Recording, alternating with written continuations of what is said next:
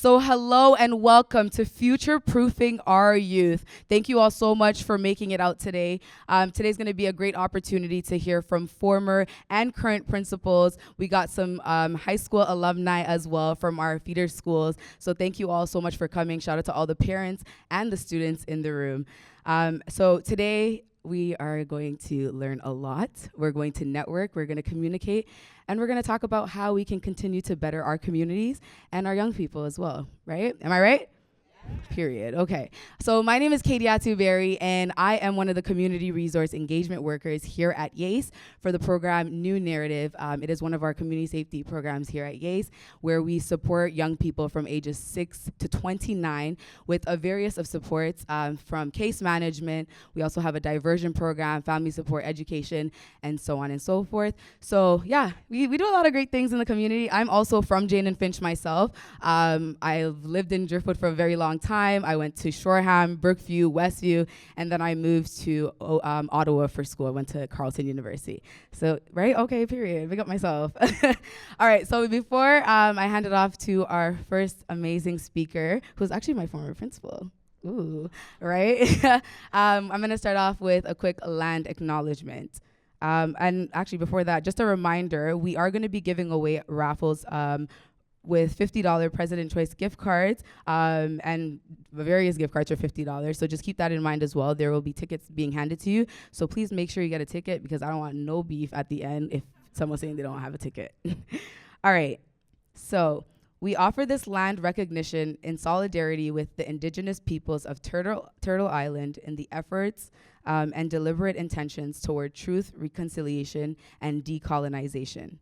We acknowledge the sacred land on which we work, known as Tikaranto, and traditionally as Turtle Island, is the unceded and ancestral territories of the Anishinaabe, the Chippewa, the Haudenosaunee Confederacy, the Mississaugas of the Credit River, the Wendat, and many diverse First Nations, Inuit, and Métis peoples. We acknowledge that Tikaranto is covered by Treaty 13 with the Mississaugas of the Credit and the Williams Treaty signed with multiple Mississaugas and Chippewa bands to peacefully share and care for the lands around the Great Lakes and its resources. While Africans have always occupied these lands, many have come here by choice, while others are here by historical force. Therefore, we acknowledge all treaty people, those who came here as settlers, as migrants in this generation or in the past, and those who have come involuntarily, particularly as a result of slavery. So we encourage you to take a moment to reflect your identity and relationship to the land and how you can advance the 94 calls to action as part of truth and reconciliation in your respective roles and positions. Thank you. Okay, so thank you so much to YAAACE's directors who are present. Big round of applause for all of the YAAACE staff who are here today. Thank you guys so much.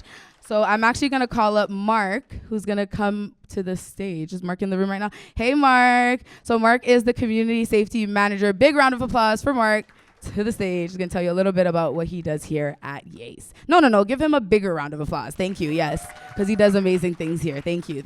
I'm not going to do the mic. Can you hear me okay? Yeah. Okay. So good morning, everybody. Thank you so much for coming. I work with community safety. What I'll tell you about community safety is that it's actually built on hope. Okay? So if we don't have hope, we can't get to safety. So with our young people, we have to build hope in our young people. We have to help them aspire to do things.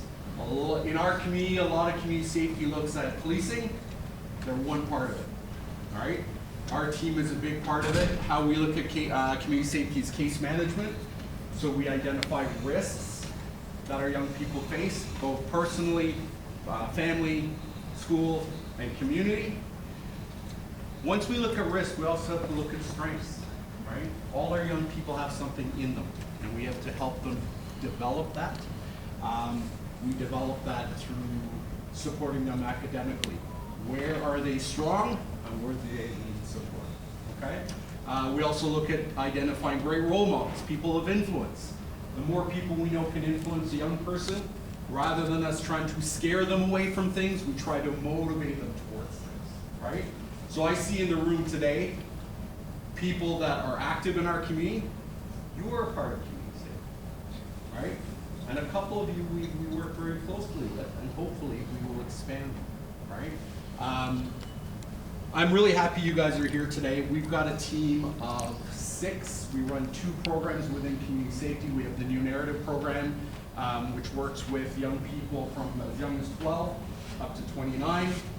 If anybody knows YAAACE, you know that those are numbers, and so they're guidelines, but we don't stick to them, right? So if somebody is 10, and we identify that there's risk, there's need, we're gonna help you, right? If you're 32, and you need help, we don't say, well, go in the time machine, come back when you get there.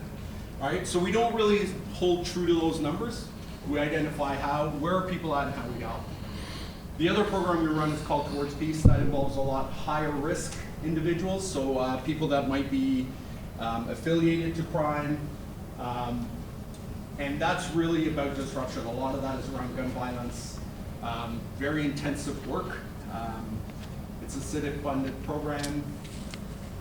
We have 3 people dedicated to that program. And again, as we look at high-risk things, we can't just look at criminality. That is scratching the surface. We really have to go deeper. We utilize social workers. We have one of our social workers. And so that's another component, right? If we're going to help people in community safety, are they well? Do they need help? Right? Before we can aspire to do things, where are they? How do we support them? Right, so that's a little bit about our program. I'm going to be here. Anybody wants to talk to me, know that if you speak to me about community safety, I'm going to try to recruit you. That's what I like to do, because the more people are involved in the community safety end of life, the more our community goes, well, we got a lot of assets here. We shouldn't be afraid of each other. We can do this, right? So I'll stick around. I'm going to kick it back over to you. I'm going to be speaking with our young people in a little bit. We've got some great questions for them. They're going to help us learn how did they become the successes they are, and we'll celebrate them. We're good? Yeah. All right. Thank you. Make some noise if you want to be a part of helping to keep our community safer. Oh. Yeah. Make some noise if you want to be a part of it. Thank you. All right. So definitely connect with Mark at the end to see how we can continue to work together. So next up, I'm going to call Rosie, who's going to come up here and actually introduce our keynote speaker. So big round of applause for Rosie. Yes. Thank you very much. Good morning. So, my name is Roseanne Bailey, volunteer with YAAACE for many years. So I'd like to introduce our keynote speaker, Karl Subban, who's a best-selling author, speaker, and award-winning educator, a school principal, as many might know. And also, for many years, he's also been a director for the Greater Toronto Hockey League and the Herbert H. Carnegie Future ACE Foundation. Mr. Subban has also earned an honorary doctorate of education from Lakehead University in 2022 and is a certified Maxwell coach, teacher, trainer, speaker. He lives in Toronto, and for anybody who doesn't know, he's actually the father of PK Subban, as well as many other, has a book called How We Did It, and is the Subban Plan for Success in Hockey, School and Life.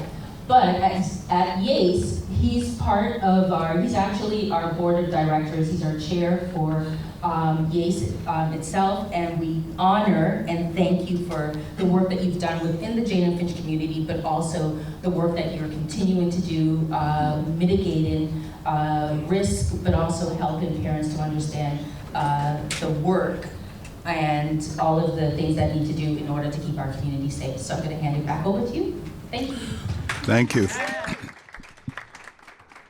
I don't need a mic, but I'll use one. I just want to say good morning to everyone who's here, and some of you were in my school as a student, and some of you were in my school as a parent. So, and it is so nice to be here. But whenever I hear the introduction, there's a piece that is always missing, because in every school where I worked, in every student I worked with, I saw myself as their parent. So I'm only known for fathering or parenting 5, but there are a lot more than that, and that was sort of my mindset in working with young people.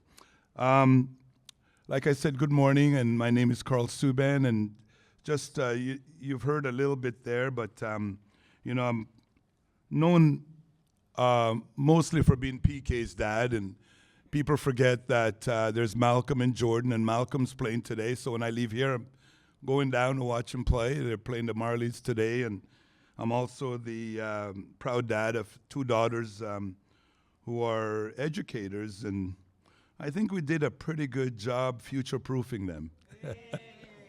And and that's what I'm here to speak to you about. You know, my bag's over there, and you know, this young man reached over to me and he said, "Mr. Subban, I read your first book, How We Did It." And so my first book was really about the picture of potential. And when I wrote it, I wasn't thinking about it, how we did it. It's really the picture of potential, because when people ask me the question, Mr. Subban, you know, you came from Jamaica when the summer you turned 12, and you went on to raise 3 boys who played professional hockey, and how did you do it? And it really should be we, okay? But anyway, you know, the answer is I helped them to find their potential. And then we created the environment for them to develop it. So I gave the picture of potential. My second book, called The Hockey Skates, can you believe this guy from Jamaica writing already 2 books has to do with hockey, but this is my second book. And my second book has to do with potential. And if you haven't picked it up already, my life's work is about helping people to reach their potential. So the first book is really what potential looks like, the picture of it. My second book is about the things preventing us from reaching our potential. And my third book, which will be published in March 2025 by HarperCollins, it's called Raise Your Roof. And it's really about pursuing your potential. And that's why we future-proof our children. It's really to help them to find their potential, and it's really important that we see that potential, and then we help them to navigate those things, and that's why we're future-proofing them, navigate those things that will prevent them from reaching their potential. And then hopefully you're in a position to help them pursue it. And so those are the things I want to touch on today. Today what I want to do in my 30 minutes, and by the way, it's 35. I've already used up about 5 minutes, so 35 minutes. I want to present for about 25, 30 minutes and use the other 5 for Q&A. And sometimes the best part of my presentation is in the Q&A, all right? So you can just think of your questions. And by the way, what is my job, or I know what my goal is, you already know. It's really to look at what it means. What do we mean by future-proofing?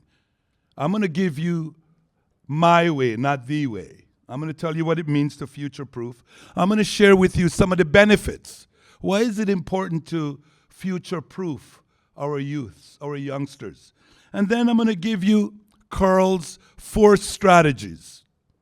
And they work for future-proofing. So if you say, Mr. Subban, I want you to help me to future-proof my son, my daughter, I'm going to say, here are the 4 strategies I think will get you on the road.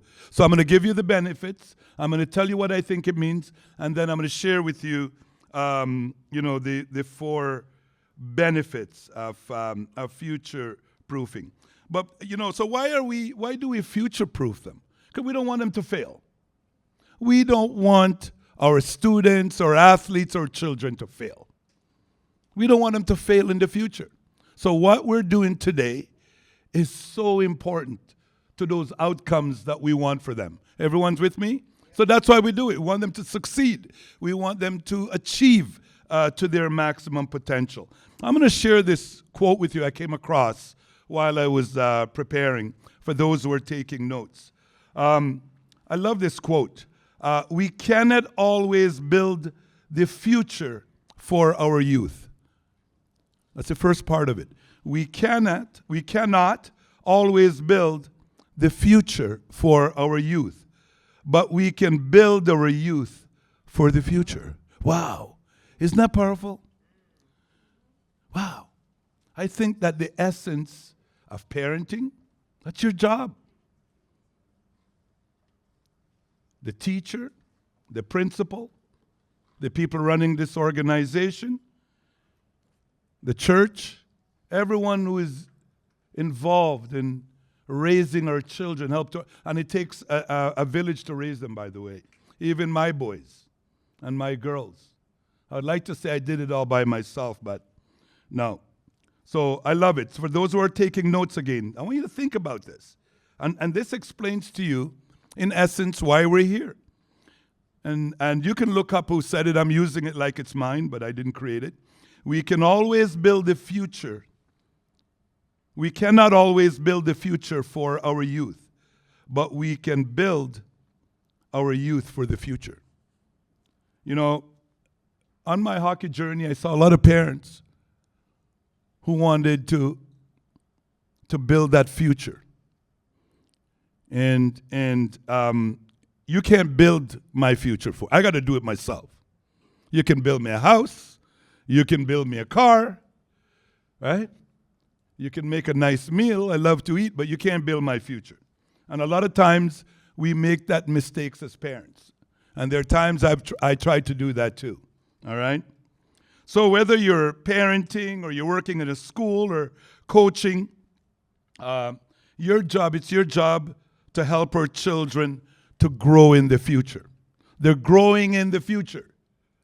They're not going in the future. They're growing in the future. Everyone's with me? Yeah. All right?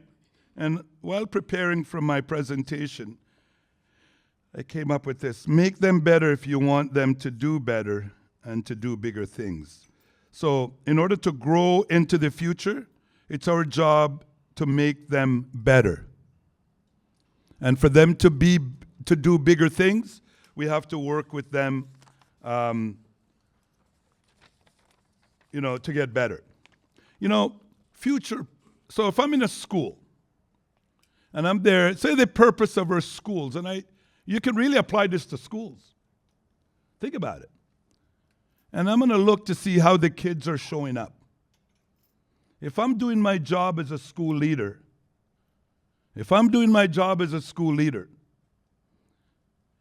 it helps them to show up. First, they got to show up. They got to, that's you're future-proofing them to show up. They got to show up. If they don't show up to learn, they're never going to learn. And how are they showing up? And we have some people here from Brookview, and I worked outside the box. And those who know me and some of the parents, they know it's true. Because we had too many kids coming in late. That's not the way to show up. That's not the way to show up. And especially if you're behind in your learning. And you're showing up late every day, let me tell you, you're never going to catch up. So my former students, parents, I used to go out with the cowbell. And I'd ring the bell. And if you were late, you better stop moving like you're on time. No, it's true business. And then, when that wasn't working the way I wanted to, I didn't give up. Because when you give up on them, they give up on themselves. When you give up on them, they give up on themselves. I would lock the door. And I would say to them, the dropping center is down there. The Driftwood Community Center, that's the dropping center. This is not, you come to school in time. And I would make them uncomfortable. I'm sorry. And eventually they started showing up. So you got to show up. And how are you showing up? And then the kids know from my former students, why are you showing up? So they need to show up. How are you showing up? And you got to know why you're showing up. And by the way, only the leaders can set that tone. Yeah. And then you got to say, well, what are the results of the kids showing up? What are the results? So this is how you measure it. Are they showing up? How are they showing up? Do they know why they're showing up? And what are the results of them showing up? Well, you're not going to see the results until you change how they're showing up. Right? So that's how you would measure that. Does that make sense? Yeah? And I remember even at Brookview, I'm just using Brookview because I loved it. And I learned so much, and it stretched me. That school stretched me. It took me out of my comfort zone. So I'd go on the PS, and Mr. Jones is aware of this, because we do these things because we care. Yeah, I'm going to make you feel uncomfortable. Because, yeah, I want to take you out of your comfort zone. So you want to show up to my classrooms without books. And I'll go on the PA and say, staff, you're not allowed to allow anyone in the classroom who does not have books. And either they come down here or I'll come and get you. Which one? And they would come down. And so the bar you set is the bar they achieve. And it takes a lot of work. So we can easily measure this future proofing. And I know there are parents here, young parents, seasoned parents, educators, but the message is for everyone. So why future proofing our youth? Why future? And I just want to say to the committee, these are my ways. These are not the way. This is Mr. Subban ways. So why do we future-proof them? Well, we heard some of it before, is to give them hope. It gives them hope. It's really to make them safe. And I just referring to my notes here, and for those who are taking notes, helping and supporting them to reach their maximum potential. Those who know me well, that's the one word you'll hear a lot. Kids need to believe in their potential. Mom and dad, parents, and the educators, you need to see that potential in them. How you see them influences how they see themselves. So future-proofing is really to support them to reach their unlimited potential. The leader's job. You see, everyone has potential. Everyone has potential, and everyone has untapped potential. Everyone has untapped potential. It's the leader's job. It's to help them find it, see it, develop it, and use it. I borrowed that, but that's the essence of it. Why do we future-proof? Is to help them to develop a growth mindset. So many young people don't see themselves as learners. They must be able to say, we want them to say, I can learn, I can develop, and I can grow. Good luck teaching a young person who doesn't believe that they can learn, develop, and grow. They need to have a growth mindset. Everyone's with me? It makes them more resilient. Resilient. Their ability to bounce back from adversity. And we talked about their well-being. And basically, we're setting them on the right path by future-proofing them. Okay? Setting them on the right path. It gives them a sense of purpose. Kids don't care what you want them to do until they know why they should do it. I'm going to expand more on that. I think it leads to higher achievement in school, which we want. And I think it helps them to make the right decisions. It helps them to say no when they need to say no, and it helps them to say yes when they need to say yes. And it helps them to focus. It helps them to focus. Every young person, they need to be fixed on a course of action until they're successful. That's focus. Each letter of the word focus. Fix on a course of action until successful. Wow. What are you focusing on? What are you working on? And our kids need that. So everyone's with me with that? So we looked at the definition of what I think it is. It's really to help. We don't want them to fail. That's why we're future-proofing them. And then we looked at some of the benefits. Okay? And, future-proofing them is helping them to grow. One of the things I think that we're missing, and Devin, we've talked about this a number of times, is, kids come to school and the first thing is, we create the lesson plan to teach them how to read and write, but we're forgetting about a very important piece. We're not helping many of our children to grow on the inside. And all we're measuring is what they're doing on the outside. Think about it. That's all we measure. I know they have that part in the report card, but it's only a part of the report card. It's not a part of a lot of them.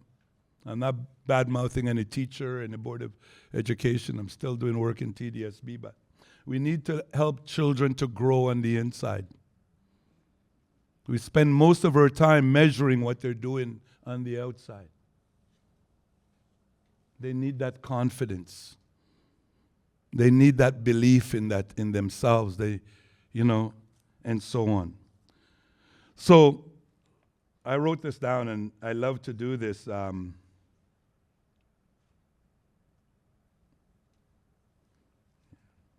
Can you look at the person beside you? And you're going to say, everyone's going to do this. I do this all the time. You're not going to sit there just looking pretty. You're going to engage with Mr. Subban here. Just look at the person. There are going to be two parts to it. The first part is, when I say 3, you're going to say, I want to know. 1, 2, 3. Because I want to grow. I want to know. Because I want to grow. And, from a kid growing up let me share something with you. I'm here today because of growth. I'm here because, I remember in Jamaica, I had this dream to play cricket for Team West Indies. I captained our junior team. I was a good batsman. I could bowl and field. My dad introduced me to cricket. And I remember going in with a machete into some places close to where we lived and cut down the right tree and shaping that bat. You know what I mean? And when I came to Canada, I also had a dream. I wanted to play basketball. So I'd go to the library and take out the books. I didn't have, like today, Devin, all your guys have basketball clinics. I never had that. All I had was a library, and I got the books, and I was reading how to shoot and go practice it. And I did that for soccer. So growth is so important. And that's why you got to, because for the parents, I'm going to ask you, what are you doing to be a better parent? Don't answer it.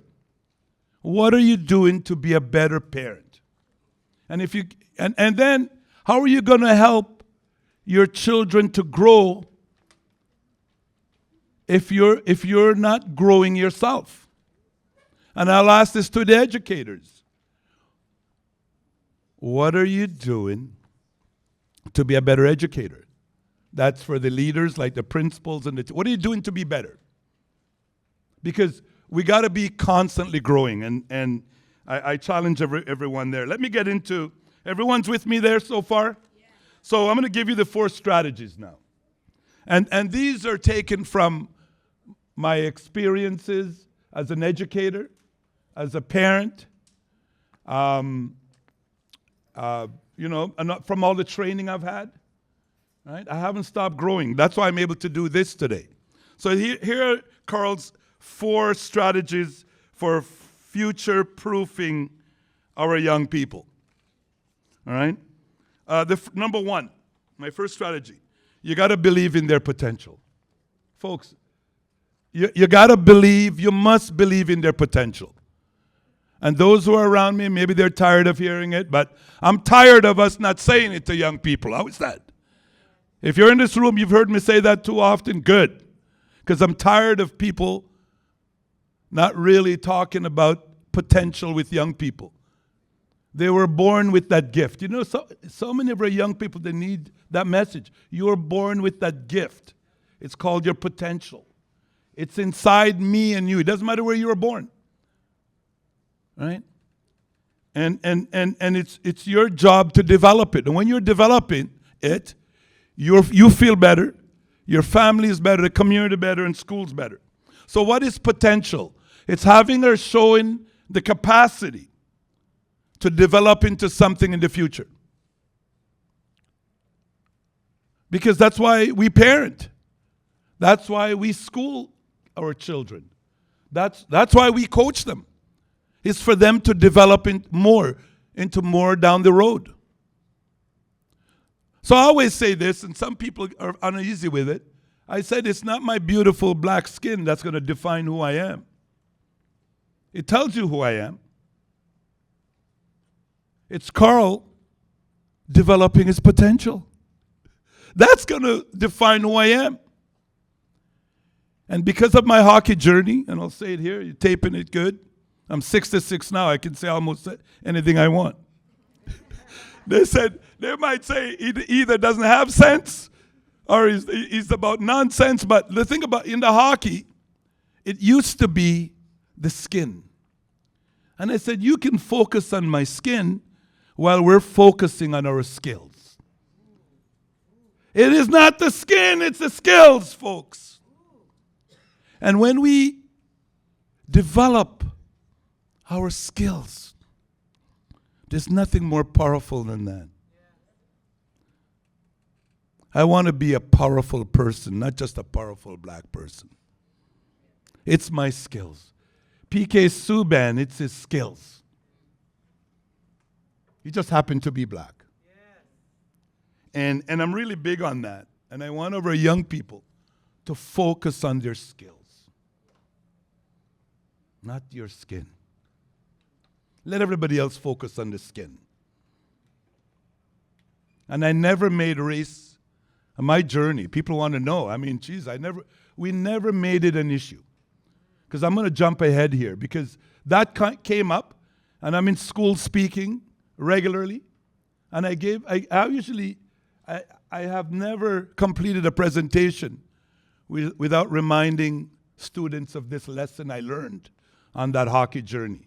If you want me to come back, Devin, you can always bring me back to talk about the lessons I learned in the hockey journey. But here's one lesson. We never made the challenge that we were facing, never made it bigger than the dream we were chasing. Think about it. Think about it. The minute you start making that problem bigger than everything else, good luck. Because, I'm not going to change your mind, and I don't want you to change my mind about where I'm going and why I'm going where I'm going. Anyway, I don't want to spend too much time, because let's more. So the first strategy, you got to believe in their potential.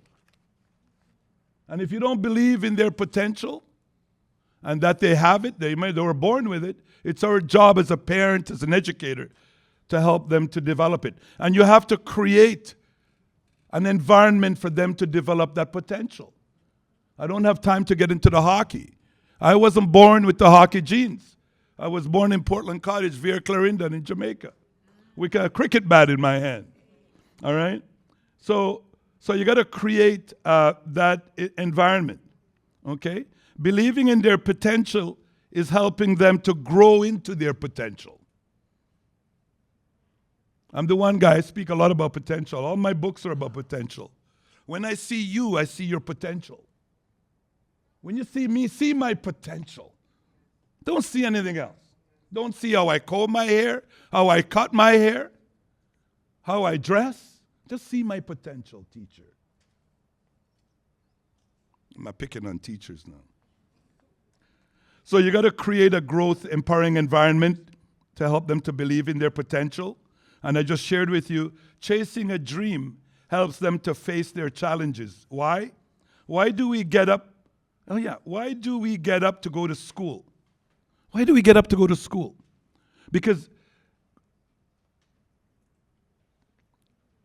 and someone mentioned it, the more reasons you have for going to school, the odds are that you'll finish schools when you're supposed to. Think about it. The more reasons you have. So sometimes we don't spend enough time. We assume they know. And then most kids are going to say, Mr. Subban, I've done this so many times. I come to learn. But they're struggling with learning. And that's the only reason. So that's why a lot of them, let them be. You need to be the reason why they go up to school every day for the educators who are here. You need to be the reason why they show up every day. You need to be the reason why they show up every day. My first teacher in Canada, Mr. Kangas, I wrote about him in my first book. The little black boy coming from Jamaica who was nervous, had so many fears, was sort of lost, homesick. And that teacher, I tell this story everywhere when I'm speaking to educators. He saw me, he valued me, he heard me, and he made me feel important. Just seen me. So I was his reason for going to school. Our children need someone to be the reason, and they need more reason than just going to learn. I better speed up. I'm going to tell you the last thing why belief is important, then I'll jump into my second one. This is, folks, listen, this is really, really important here. If you're taking notes, I'll slow down. And by the way, I always take notes. I'm a learner. This is Mr. Subban's journal. I have 90 million of them. Okay, here's my last statement about belief, especially if you're taking notes. Our young people can still achieve success if people don't believe in them. They can still achieve success, but will never be successful if they don't believe in themselves.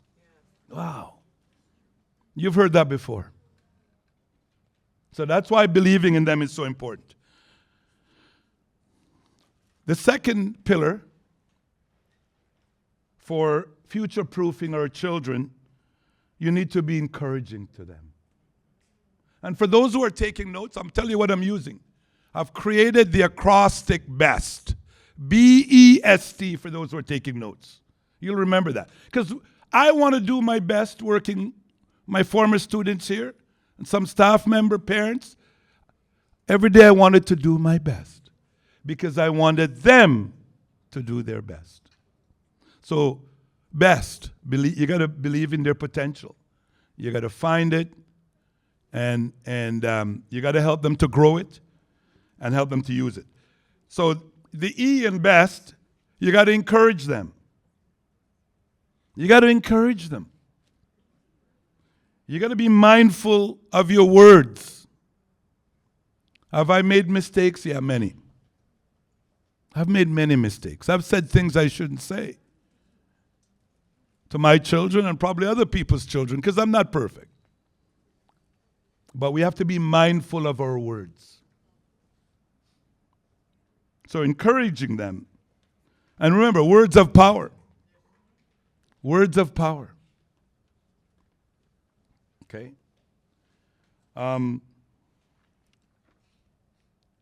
You got to encourage them with care. Kids need to know that encouragement only works when they know you care. That's what I mean to say. Even if you've done something wrong, I'm not here to take the spirit out of you. It's your actions I'm correcting, not you. And it's hard to separate that. Children, it's hard for them to separate that. They think they're wrong. They're the mistake. They're the failure. So we have to be conscious of that. And that's something we continue to work on. I'm still trying to do that better. So don't beat yourself up. Parents and educators. I think parenting today, it was always challenging, but I can't think of a more challenging time. And educators, it's the same thing. So how do we communicate we care? How do we communicate we care? Through encouraging them. I love this. Not mine, but I love it. You got to find a way to touch their hearts. Find a way to touch their hearts. They say before asking for a hand. So that means I got to develop a relationship with you. You see the teaching? Sometimes we jump to execute the lesson plan without making that connection with that child or those children. And with some of them, it takes longer. And so you got to find a way to touch their hearts. All right? And encouraging them, it's about setting high expectations. And the other thing is encouragement. I just have to stand up a bit. It's really about you're pulling them up. You're pulling them up. Sometimes our words and action can serve to push them down. And some of them are so low, that's why they need us to be there to lift them up. What's your name? Ithio? Oh, nice to meet you. Do me a favor. Just do this. See our words and action can end up pushing them down. And look what's happening to me. I'm going down too. As a parent, when you're pushing them down with your words and actions, you're going down too. And now, this is what happens when I'm pulling them up. I'm going up. And I know the parenting journey. I know the level of frustration, but let's spend more time pulling them up, not pushing them down. And sometimes, even Mr. Subban, thank you very much. Give my hand. Look at that. Woo! And this is not rehearsed. Now I have two mics. So, okay, I'll stop. I'm okay. That's why I don't go on skates anymore, okay? Yeah, I always remember this with, sometimes we don't know what to say because of their behavior. Like sometimes you don't know what to cook for them. You know what I mean? Like and I always say, the one thing that has worked for me over the years with parenting, even in leading schools and so on, when you don't know what to say or do, just say loving things and give them love.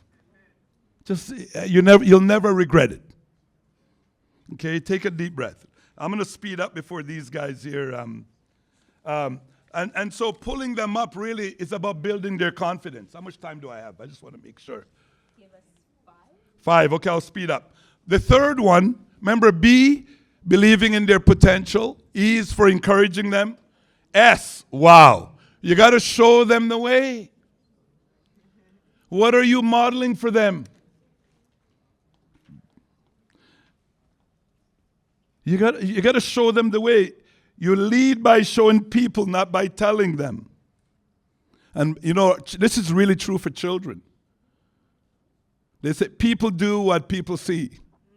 Our children will always do what they see you doing. Okay? And you got to show them, not threaten them. Right? You show them,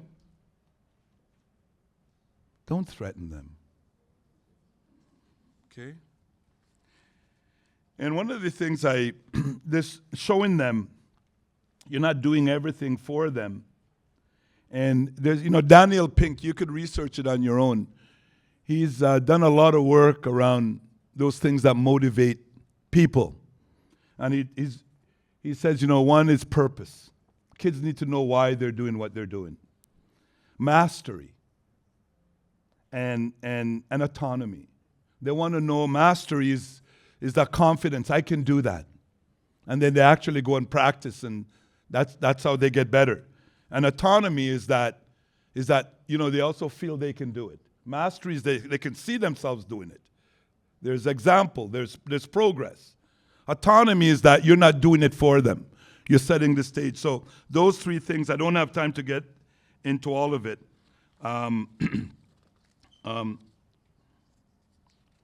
General Patton, a quote I came across. This is part of showing them. He goes, never tell people how to do things. Tell them what to do, and they will surprise you with ingenuity. I used to tell PK this one all the time. He thought I was the one who created it, that, I realized as a parent, you clear the way, pave the way, and get out of the way. And I see leadership the same way. And maybe sometimes I'm out of the way too much, but that's a good way to parent them. You clear the way by doing all those things to safe-proof them, to future-proof them. and then you get out of the way. But sometimes, and by the way, our children are not perfect. They're not perfect. I remember at Brookview, we had quite a few bad days. But every day was a new day. We talk about hope. Let me get to the last part, number 4, just in case you have. So the T is trust and train. I like to use train and trust. Trust is the foundation of any relationship. And as a parent, your job is to forge and nurture that relationship. And as an educator, that's probably the most important part of my job, is to develop that relationship with them. But I remember working with a boy one time, I won't mention the school, and he would sometimes lose his cool. And he'd bring it to a level that I've never seen before. And one time I had to call 911. I'm a big guy. The VP was even a bigger guy, and we had to do that. And one day I asked him, I said, what brings you to this level of anger? You know what he said? I've never forgotten this. He said, when my dad said he's coming, he never came. Wow. Trust.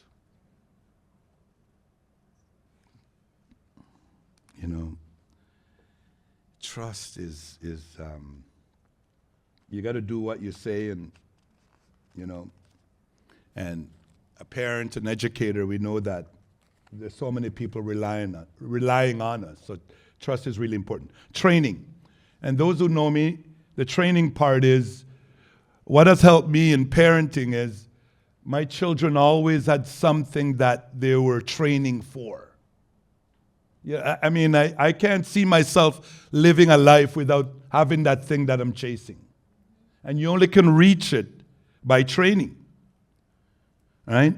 And that's how you build confidence. Sometimes that's what kids have food, they have, hopefully for the most part, and they have with the clothing and so on, but too many of them lack confidence.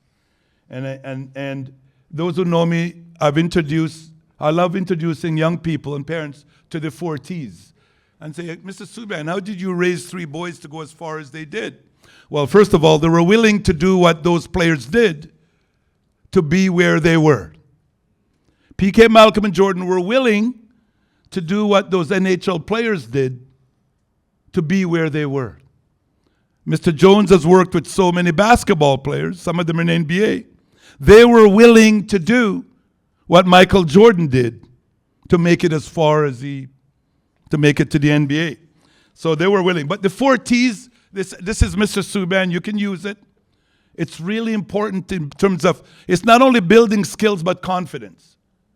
You can't buy confidence, and you can't manufacture it. It comes out of you doing things. And I love using the 4 T's. The kids at Brookview knew it. Hopefully they haven't forgotten them. The 4 T's, time, tasks, training, team. Time, task, training, and team. What are you making time? How are you using your time to do your tasks? And what tasks are you doing? So PK made time to do his hockey tasks, shoot pucks in the basement, skate on the backyard rink. Training. No one gets better overnight. And you got to be a good teammate. You got to be a good classmate. Karl Subban can be a really good principal, but if he's not a good person, no one's going to want to work with me. And I tell kids this, when the Montreal Canadiens, I'll finish off because when they were drafting, and this is so important, I'm going to explain to you about the team. So everyone understand about the 4 T's? Yeah. It builds confidence. How are you going to be more confident if you're not? It's through doing. Confidence comes with actions. And while doing the actions, the feeling will come, the feeling of being confident. They always said PK looked so confident, he was cocky. No, because he practiced so much. He used the 4 T's. He made time to do his hockey task every day. Shoot pucks, all those things. Someone wrote a story about us going to Nathan Phillips Square, and I didn't make any money from it, about us going down. They heard me telling the story, and they wrote a book about it. So he made time to do his hockey task, and then he trained. And then he had to be a good teammate. when the Montreal Canadiens were drafting him, true story. They went to Quintus Secondary's high school, and they interviewed the teachers. They wanted to know if he was teachable. Are you teachable? That's what I like to ask young people. Well, you gotta be teachable, figure it out. Then they interviewed his classmates. They wanted to know if he was likable. No one's gonna draft you, no one's gonna hire you. And then they went and interviewed the coaching staff. And George Burnett and his coaching staff, they're not gonna tell any lies. Montreal Canadiens wanted to know if PK Subban was coachable. And Mr. Jones running the basketball, working with so many high-level athletes, he'll tell you the same thing. This story works in the basketball world. Are you teachable? Are you coachable? And are you likable? So that's the 4 T's. So folks, I've given you my future proofing notes. These are just my ideas, not the ideas. We future-proof because we want our children to achieve success. We don't want them to fail. I gave you a list of benefits. And then I gave you my 4 pillars. If I'm future-proofing anyone today, I would do those things. You gotta believe in your potential. Help them to believe in it. I'm gonna be encouraging to them. It doesn't mean I don't discipline them. All my kids know the word no and they know what it means. You know what I mean? They know what it means. So you gotta believe in their potential, you gotta encourage them, you gotta show them the way. They need parents, we gotta show them the way, and then they need to have that trust in you, a trusting relationship. Doesn't have to be perfect. And we're always working on it. Right? And then the training part. And by the way, I'm gonna finish off with this. I always say this to parents, and we have a lot of parents here. My children make me look a lot better than I really am as a parent. So I'm just telling you that. We all struggle. Right? The one thing that has helped me, I haven't stopped learning and growing. You gotta continue to learn and grow. Any questions? I have 1 minute. You got about 2 minutes for questions. I'll let you help sit you down. You're good? Yep, I'm good. Okay. Nope. And then I'll take this. I never thought need someone to help me at 66, getting up and down. Any questions? Any questions? I just wanted to ask you, so as a parent who has a child going to high school next year, I just wanted to ask, what should I be looking for in terms of schooling? What should I be asking for in terms of like the principals? Like how should I find a good school for my son to go to? That's kind of the question. Yeah, so in terms of what you're asking me is what questions you need to ask the principal of the school? Yeah. Yeah, and I think you're on the right track there. The first person I'm gonna want to communicate to is your son. You know, PK, Malcolm, Jordan are my 2 daughters. You know, I want to know, do you know why you're going to school? I want to know why are you going to show up every day? What's going to want you to break down the door? Not literally breaking down the door. You know, so Mr. Subban said, don't say it. Mr. Subban said to break down the door, but what's bringing you to school every day? That's really important, the why. The why is really important. And sometimes they need help with that. And then the other thing is, what has helped me in my career is having dreams and goals. What's your big dream? You know, that's part of the why. Who do you want to be? What do you want to become? And I'm going to start there. Because you see, the principal can't be everywhere in the school. Every adult can't be everywhere in the school. So we want our children, that's the other thing, to be responsible. I remember what my mom and dad, and I still remember this, and I wrote about it in my 3rd book's coming out. Yeah, here's Subban marketing his 3rd book, Raise Your Roof. My mom and dad, I haven't forgotten this. I haven't forgotten it. And for those who are taking notes, my mom and dad would always say, Karl, be a leader, not a follower. And many of us have heard that, And guess what? I gave my boys the same lesson when they left home at 16 to go to Belleville to play hockey. 16. You know what I mean? Well, growing up in Jamaica, you know, I wasn't there at 16, but, you know, your kids are still at home. You know what I mean? They're not carrying water anymore, cutting firewood before we go. But, yeah, that's really important. Being a leader, not a follower. And so I think it's mostly I'm going to spend my time having the conversation with my son or daughter. If I have issues about the school, they have information night, that's easy. You know, the principal can't lead PK if he doesn't want to be led. I hate to say it. Well, it's our job then, school staff, to build that relationship. But it's your job as a parent to make sure that he's living up to those expectations that you have for him. I can go on, but so just I'd focus on him. Because, you know, it really, I'm not sure if the school matters as much as how your children, his actions and choices throughout the day. You know what I mean? My kids, I didn't say, okay, I want my daughter in this high school because it's known for this or known for that. You know, I was more concerned with how they were, who they were, because I had no control when they went to Belleville. So when you're picking and choosing, sometimes what you're doing is like pruning the tree. It doesn't grow to its full potential. I like the way I just said that. Next question. Thank you. Next question. Thank you so much. Actually, we don't necessarily have room for another next question, but I'd like everyone to give Mr. Subban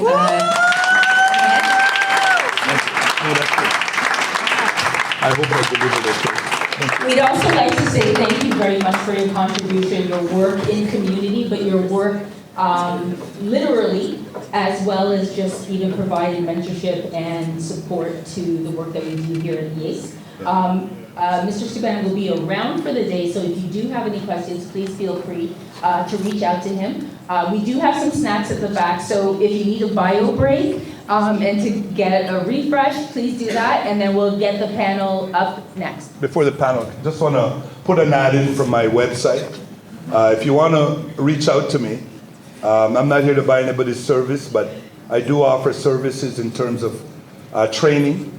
So you can go to CoachKarlSubban.com. It's pretty easy. CoachKarlSubban.com, and you might even just want to read my newsletters that go out and see what's happening. All right, CoachKarlSubban.com. Thank you. But before you go, thank you. Can we get another hand? But before you go for your bio break, I do believe we have some prizes. Okay. Check. Okay, who wants a prize? I do. No, that's me. Who wants a prize? That's not me. I got some I good do. friends up here. I want to know That's not me. I what do. you do. Say it confidently, eh? Okay, I want to know who was paying attention. So the question I'm going to ask is pretty fairly easy because you read it a lot of times. So I want to see who was listening. Okay.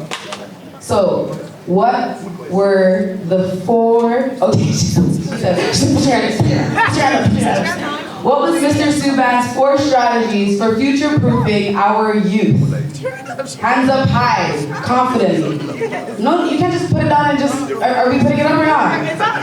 It's up? Girl, okay, let's go. She has an injury. Believe in yourself, encourage. My part, because I could use that. You can be a big kid. You took notes? Trust and show them. Period. Give him a big round of applause. And last one, the 4 T's. And when I tell y'all, I memorized it from Brookview, graduated Brookview in 2012. I saw your hand up. Wait, say it. Time, training, task, and teams. All right, we're gonna have so many more gift cards. I need your hand to stay up. Let me come back to you. I need your hand to stay up. I got something in your friend as well. But I need you guys to keep your hands up. But big round of applause to Mr. Subban again. Thank you so much. So we're actually gonna call up next Lorna, who's going to come up and introduce our principals to the stage. We're going to have that panel going. So big round of applause to Lorna, who is also an educator and has been here supporting us at YAAACE. Thank you so much, Lorna. Thank you. Good morning, everyone. It's really great to see you out today and to see your commitment to your students, your children, and the success. Yes, I am a retired educator, and I'm still here, hanging in. And Carl tells you his age. I don't want to tell you his age because I'm much older. I think I could be his mom, actually. Don't laugh, I'm older than him, actually. Yeah. So anyway, I do want to say to you that it's really great that you are here, and we have so much to offer you. So I want to also, first of all, before I go on, I want to say that I'm here at YAAACE to support the academic programming. So whenever they need something I'm at home most of the time, but anytime they need something to help the kids to grow, I'm there. We have a program that I support mainly right now, and it's called the NAIL program. The students who come after school can bring their work, as well as we also offer math and literacy. So it's actually an enrichment. It's really too bad, though, because we have so much room. We have teachers, we have assistants, but we do not always have the students that we need to come to the program. And you know, I have been in the school system since 1981, and the same thing I heard in 1981, I'm hearing today. Why are our black kids failing? Why am I still hearing that? We have so much. I wish when I was a child, I had the program that Devon Jones offers. Yes, it wasn't in my life, because I think I probably would have been brilliant. Anyway, I do want to tell you who we have in the program. We have Miss Palmer. Miss Palmer teaches grades 1 to 2, and the program runs on Mondays, and it also runs on Saturdays, where Miss Burton teaches that class. We also have Miss Ofori, and she teaches the classes of grades 5 and 6.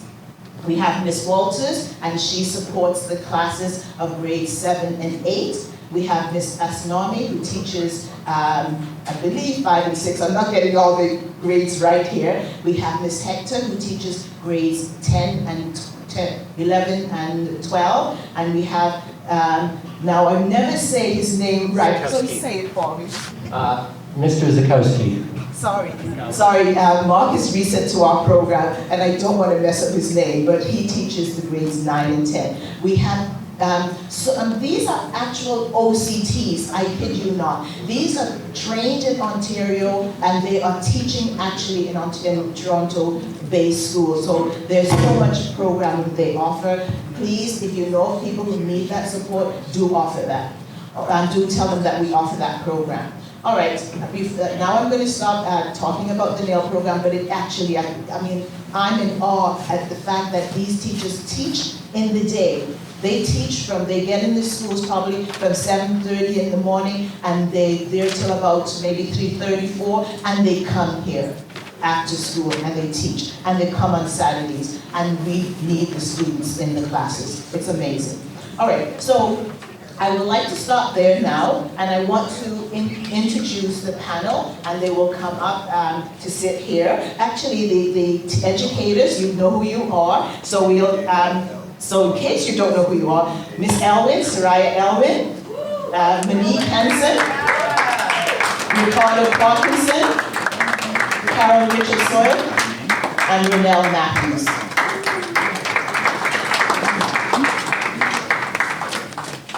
Get out of the way here.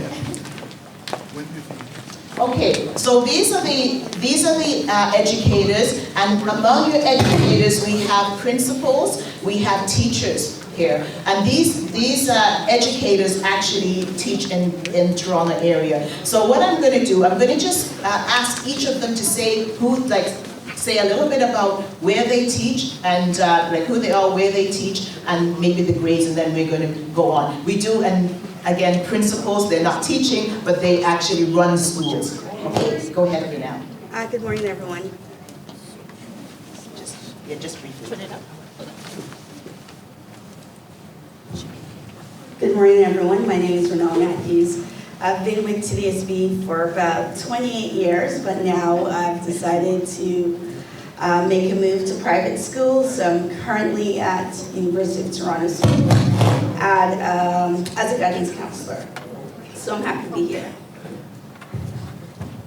Good morning, everyone. My name is Carol Richard Sauer, and I'm a recently retired high school principal. I was with the TDSB for 32 years in various high schools from Etobicoke to Scarborough, and I'm happily retired at the moment.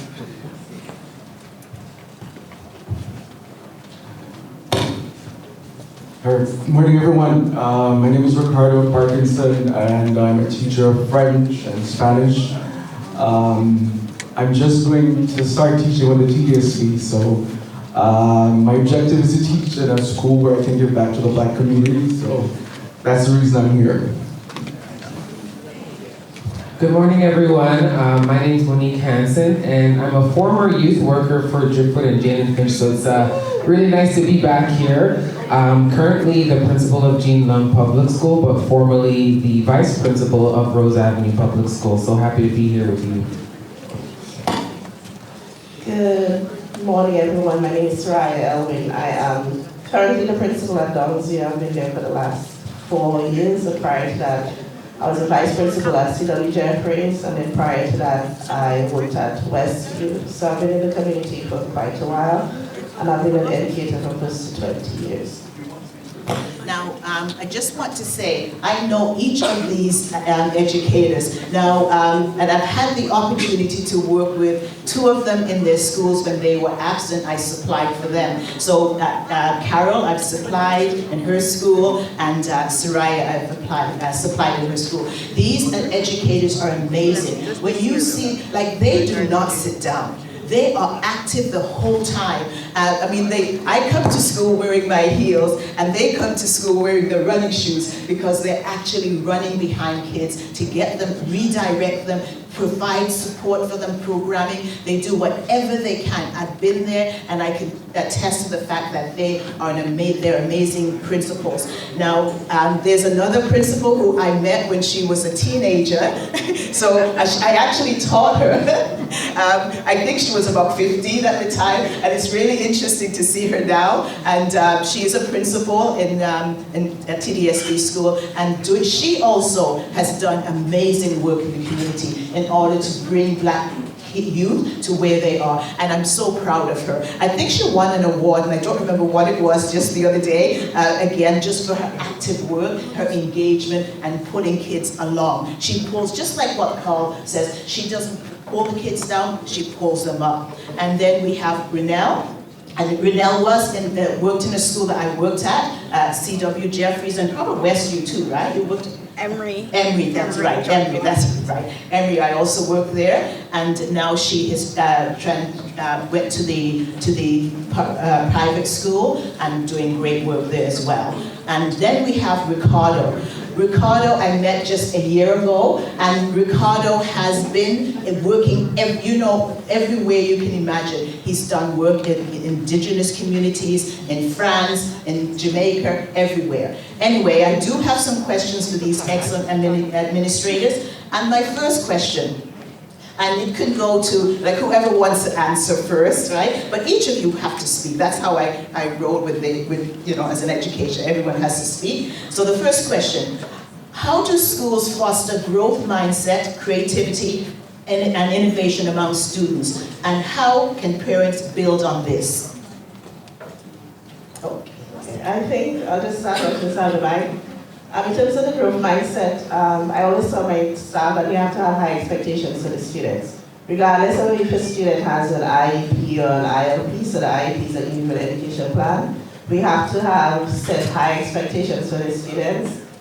But we can create the most amazing lessons if the students are not engaged, if their voice cannot be heard in the lessons, it's not going to happen. So 2 things I always tell staff is that we have to continue to have high expectations for our students, but also student voice is very important. Before the semester starts, get to know the students by looking at their files, but when they come in, spend the first week, instead of just setting lessons and so on, spend the first week getting to know the students. Because I believe in a more holistic approach to education that we need to make sure we have wraparounds for our students. And if we don't know our students, no amount of great teaching is going to sink in. So we have to get to know the students first and hear their voice and make sure that it's culturally relevant pedagogy within the lessons so that we have students who are engaged and never set low expectations. In high school, 50 is not a pass to me. I think every student has the potential to get 80, 90, 100%. When a student tells me, Mr. you want a 50? No. 50 is a gift from a teacher. It's not a high expectation. So that is where I come from as a leader within my building. Okay. Anybody else want to answer that question? I can add to that. Just to add to what Soraya was saying, I think also with our students, it's really important to help them understand the communities that they come from, but also the strengths that they have in their own community. I think it's really important that as a leader, I also preview the community that they come from so that I can help them understand about their backgrounds and where they come from. So oftentimes, sometimes students feel that the communities that they come from are, I would say, looked at from a deficit lens, but as a leader, you have to bring strength within their community as well. If they have a mic. Okay. I'll just add to the speaker spoke earlier about potential, and I feel that's important because my first experience was in the north of Quebec. I worked as a teacher, grade 5 ESL teacher, and working with Inuits, it was a completely different experience for me. So when I went there, it was the kids, they come with so many socioeconomic situations in terms of all the stereotypes we know about First Nations. I had to deal with that in the classroom. And I remember going into the classroom the first day, well, at the end of the first week, I was pretty frustrated. I was like, this is not for me. But I'm from Jamaica, and I went to school in Jamaica, so I know what it's like being in a classroom like that, where it's tough.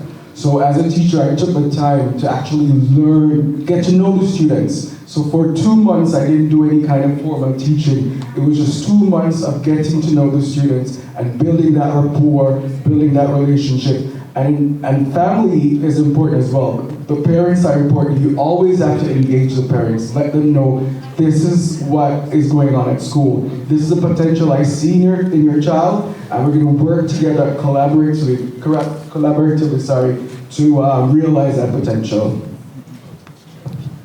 I've got mine. It works too.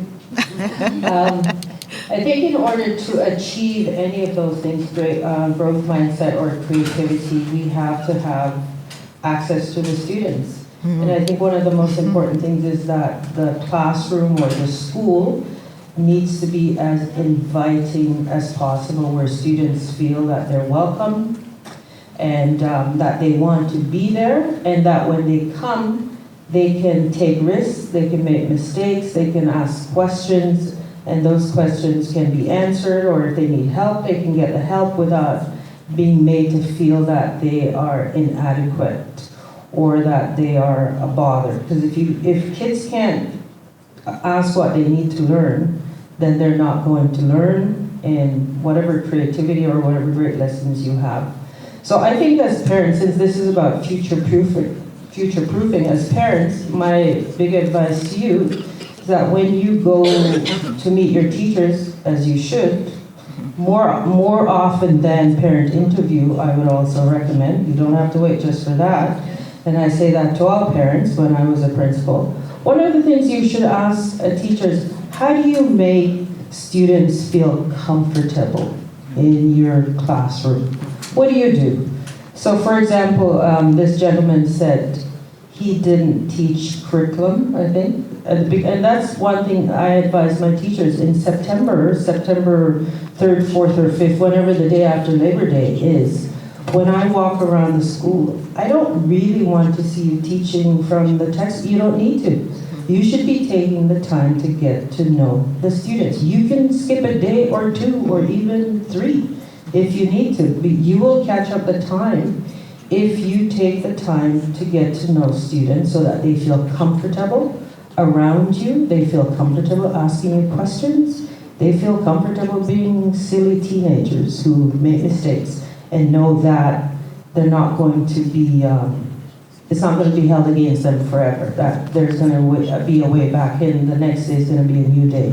And if there's going to be a new day the next day, then they're going to be open to creativity, and you will get that growth mindset because they'll trust and they'll give you the benefit of the doubt as a leader. So ask the questions. What do you do to make my child feel comfortable in your class or your school? Good. Thank you.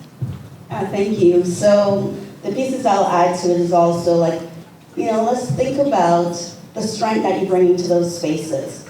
So for the students in guidance, what I said, when you're in those spaces, you belong there. So show up and you take up space. Currently I'm in a space where there's not many students that look like me, but for the few who are there, I made sure I go out, I connect with them. I'm here, they're not on my roster, but they're still mine. When I see the families and they're shopping their space, I'm here for your child, I understand that. A parent of 2 children, a 10-year-old and a 12-year-old. So I always make sure I be intentional about, connecting, and I think that's really important. So having those relationships are really important. As Soraya mentioned, in terms of the culturally relevant pieces, like those things are so important because we're in building spaces that really wasn't built for us. So when we show up in those spaces, what are things that we need to thrive? Because those pieces are also important. And looking for those connections, again, building on our children's strengths, understanding the needs of our children, and also being true to ourselves, these are areas my child struggled with, and be able to go and look for support. So if these are the areas we're struggling with, what wraparound programs that's there, because sometimes money is, a barrier. Let's do the research to connect to those organizations to build our children up so that they can compete with other children as well. Because I think those pieces are also important.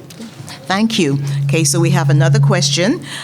What advice would you give to students and parents to assist in fostering student success and well-being? I can start off with. Okay, so one of the things that I would always tell parents is the importance of being there for their child and learning to advocate from early. Both students and parents need to work on that piece. Gone are the days where traditionally the teachers were the boss, they knew everything. I think the teachers learn from the students, they learn from the parents. And a lot of the times parents, we understand parents are working things that have been challenging. But as a principal, I would love to see more parents coming to me and advocating and holding me and my school accountable for what's happening in the building. And it's not happening enough. In certain communities, I'm not going to name, but in certain communities where parents are lawyers and so on, they're there every day. I want to see that happening more. I want to see more parents coming into parent council, telling us what we can do to make the space a better environment.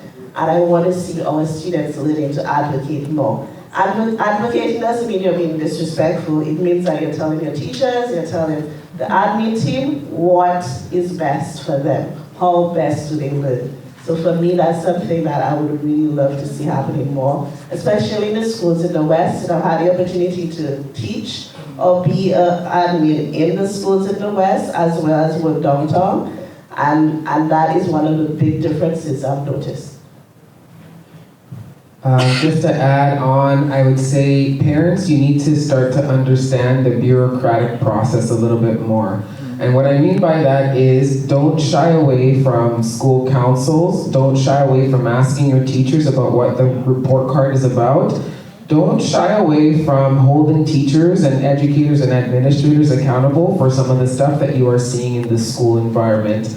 Oftentimes, and I think my mom is also part of this process too, she often made it a point to make sure she understood what was happening in the school. And make sure you're reading the communications that are going out to, your families. If sometimes principals send out a weekly communication, those are opportunities for learning about what some of the resources that are taking place in your school. So make sure, parents, please don't get mad at me, be part of the bureaucratic process, understand the bureaucratic process so that you can support your child a little bit more in the classroom spaces, but also be part of those opportunities that are in the school. And I would say sometimes in school councils, you see that there's a disproportion of parents that are not present.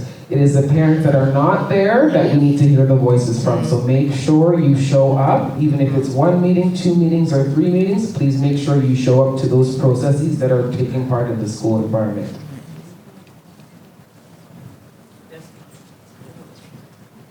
I just wanted to say parents are part of the future-proofing process or journey. So your role is important and you need to show up, as you just said, being a part.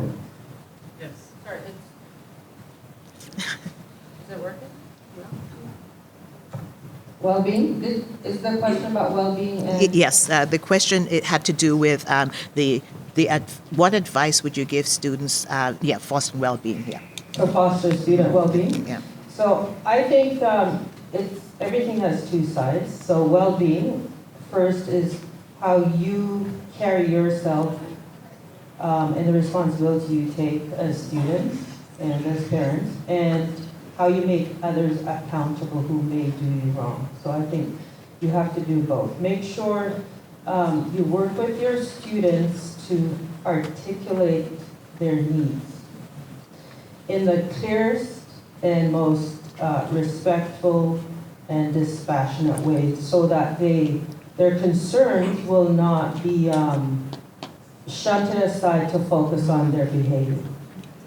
Because I've seen that many times where parents have come in and they've been rightfully angry or upset, but because they're so passionate, let me put it that way, sometimes they can be dismissed and people then focus on how they said things or how they were behaving, and their valid concerns are dismissed. We have to be mindful of that. But we still have to make people accountable. And we make people accountable by making sure that we are very informed about what went wrong. Because there's nothing stronger than a parent who comes into a school and is meeting with the principal, and I have a principal, and with a teacher, and you're coming from a very informed, you have specifics. You have documentation of exactly what happened and you're able to account. So you have to inform yourself so that you come across as knowing. Because you don't want to appear as if it's all about sort of the emotion. Like the facts also have to be there so that you can advocate very clearly. And also know the roots. Where do you go? Wherever you're starting is your starting point, perhaps, but where do you go from there? So that's also part of being informed. And don't be afraid to ask if you don't know where you go from there. And if you're not happy, don't be afraid to go beyond there. Yeah, and to add to it, for me, it's making those early connections with educators. So for me, I go, being a parent as well, I connect with my children's teacher. I send them letters. I tell them this is how my child learns. This is the personality. These things are important. So I set those expectations from the start. And so they know that we are here, we're present, we're involved. And I have conversation with my children. How's school today? Who did you play with? Tell me more. What brought you joy today? Were there things were upsetting you today? So always checking to see how they're doing overall. That's right. I think those pieces for me are really important. And I think the other pieces is also having 2 young children is bringing them into different opportunities to learn different things. Because that's taking care of the well-being piece. My son loves basketball. But I also said, you know what? You can try tennis too. You know, so there are free programs. I'm quite resourceful in researching community programs because that's how I was brought up with my mom, who was a single parent, and, you know, and she looked for things and I looked and I researched for things. So I connected my son to other things. I understood my child and how they learn, so I'm always meeting with those teachers. And when their teachers are out of line, I call them and connect. You know, I call and connect. I'm hearing this, help me understand this. And then I'll share my concerns because I make those expectations very clear from the start. And when I'm not having the outcome that I want, as Carol mentioned, I take it up a notch. You know, and I send that email. For example, I'll just tell you a recent example. My husband and I wanted to connect to my son's teacher. She accidentally sent an email saying, I don't want to meet with those parents by yourself. So I go, oh, that was fate because it was meant to be. Because she forgot who she was messing with. Because part of that was that, you know, educators talk. They talk in the staff room. So I'm like, thank you for sending me this on note. So then my husband and I started crafting the email, and as Carol said, just be calm. You know, think about how you want to show up. So I paused on that. I waited a day before my husband and I responded. So the email that I was sending at that moment didn't go, but the day after the email went. So I said, so we send this email to honor your request of not wanting to meet by yourself. We have invited your principal in our meeting. Yes. And that's where we stepped off. So the meeting is coming. So I think when we as Black parents, when it's granting auntie, whosoever is, you know, the caregiver who we're supporting, when we show up, you know, we have these narratives and stories that go about when we show up and advocate for a child. It looks differently from a white person. And that's for real. So then we really need to know when we go into those spaces to be ready. Because again, this system wasn't built for children. So those pieces are important. So I'm looking forward to that conversation that we'll be having with that educator to talk about that microaggression or not so micro, you know, in terms of, and my response to her at the end of that email was that, do you send this email to every parent or just this parent? So those are answers that we're looking for. So hold them to task, and as I said, show up with your, you know, with your information so you're ready to go. And don't have those conversations in front of your child where you're just putting your child in front of your teacher. Definitely. I don't do those stuff. My child might be wrong, but when we go home, we're going to have those conversations. Because I don't think the educators are always there. But you would already have a good sense of who's there to really that caring adult to support your children. So I think those pieces are also important. Good, thank you. That's really important to know how important your role is as a caring adult, and also to listen to your child. Sometimes we don't take the time to listen. We do have to listen, and we also always have to check in on our children's well-being. You know, I raised a Black boy, and I had to do a lot of checking in on him on a regular basis to make sure that he was really well set for the day. And when he came home, the check-in was there as well. Check-in. And honestly, the love, the well-being part was so essential to me. And, you know, the love and the care, I always just like I had to put in more love and care into my child before he set out in a day, because I know he may not get that when he encounters the world, because they're going to see a tall, dark-skinned Black boy, and he's a man, and he's doing, you know, and I'm talking about, and he's 13, and they don't see a boy, they see a man to, you know, say whatever they wish to say to him. So I did pour in a lot of that time, and, you know, we do need to check in with our children, listen to them, a lot of listening. Thank you. So the next question. You can't hear me on the mic? Okay, sorry. Can you hear me now? Yeah. Next, okay. So the next question I'll ask, schools say that they foster mental wellness. What supports are in place to assist students develop in the schools? Like we talked about well-being. What supports are really in the school? Because you know, the resources may not be available for the parent. What is there in the school to help a student who's struggling? Currently being at UTS, one of the things I must say, I see the difference in terms of class and how that really opened doors.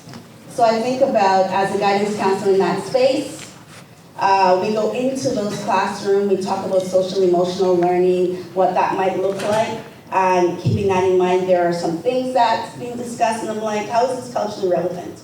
So like, with my colleague, we now had to really reimagine what that might look like for all the children in the building.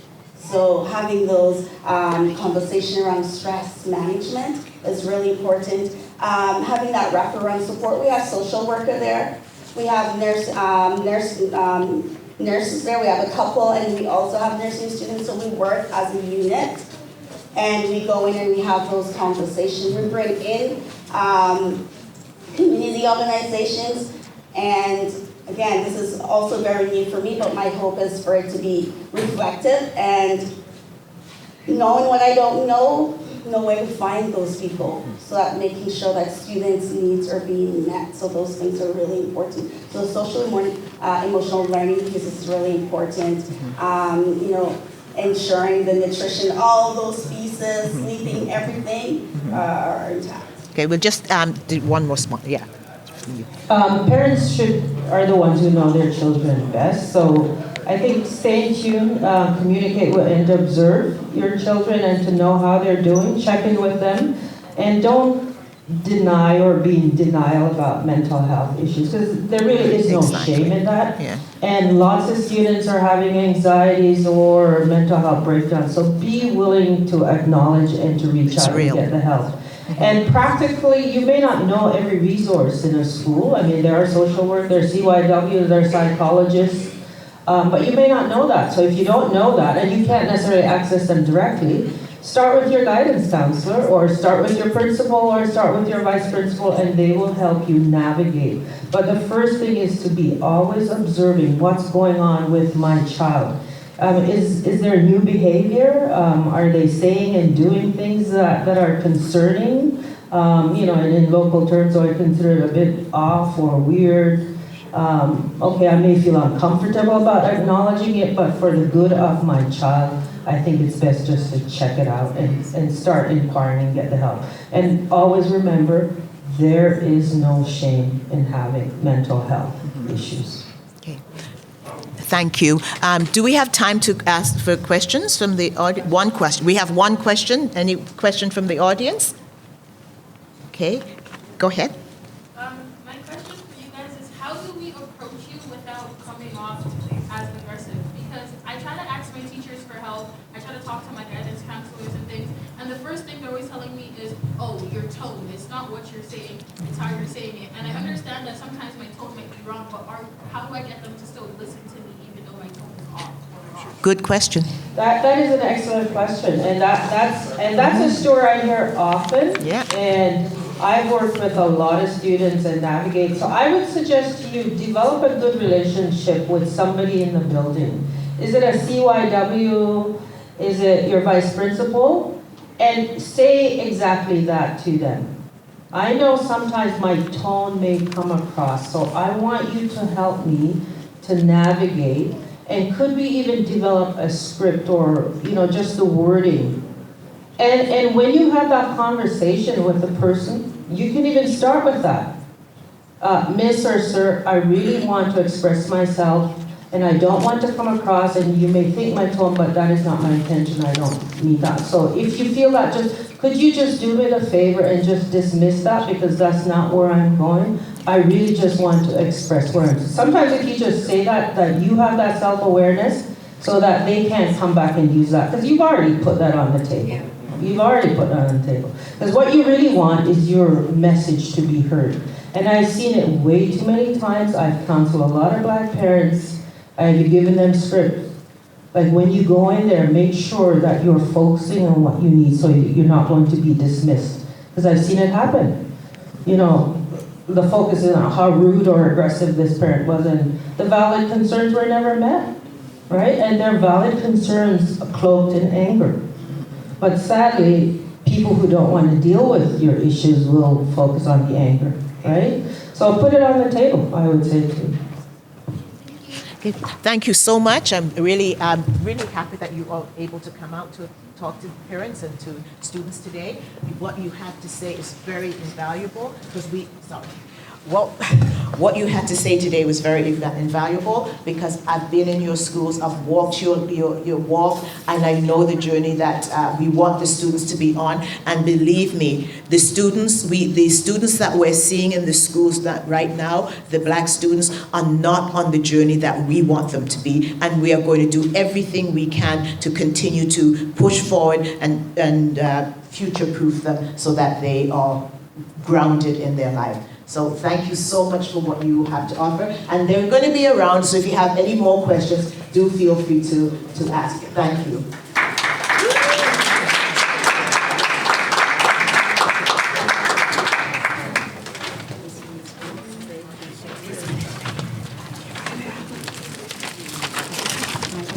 Yeah.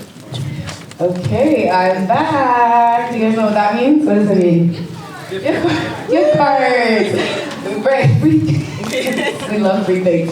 Okay, so the question that I have for you guys is, what was your biggest takeaway from some of the amazing things that the panelists said today? Every time blew up. Man. Okay. It's okay, the day's not done yet. It's okay. Oh.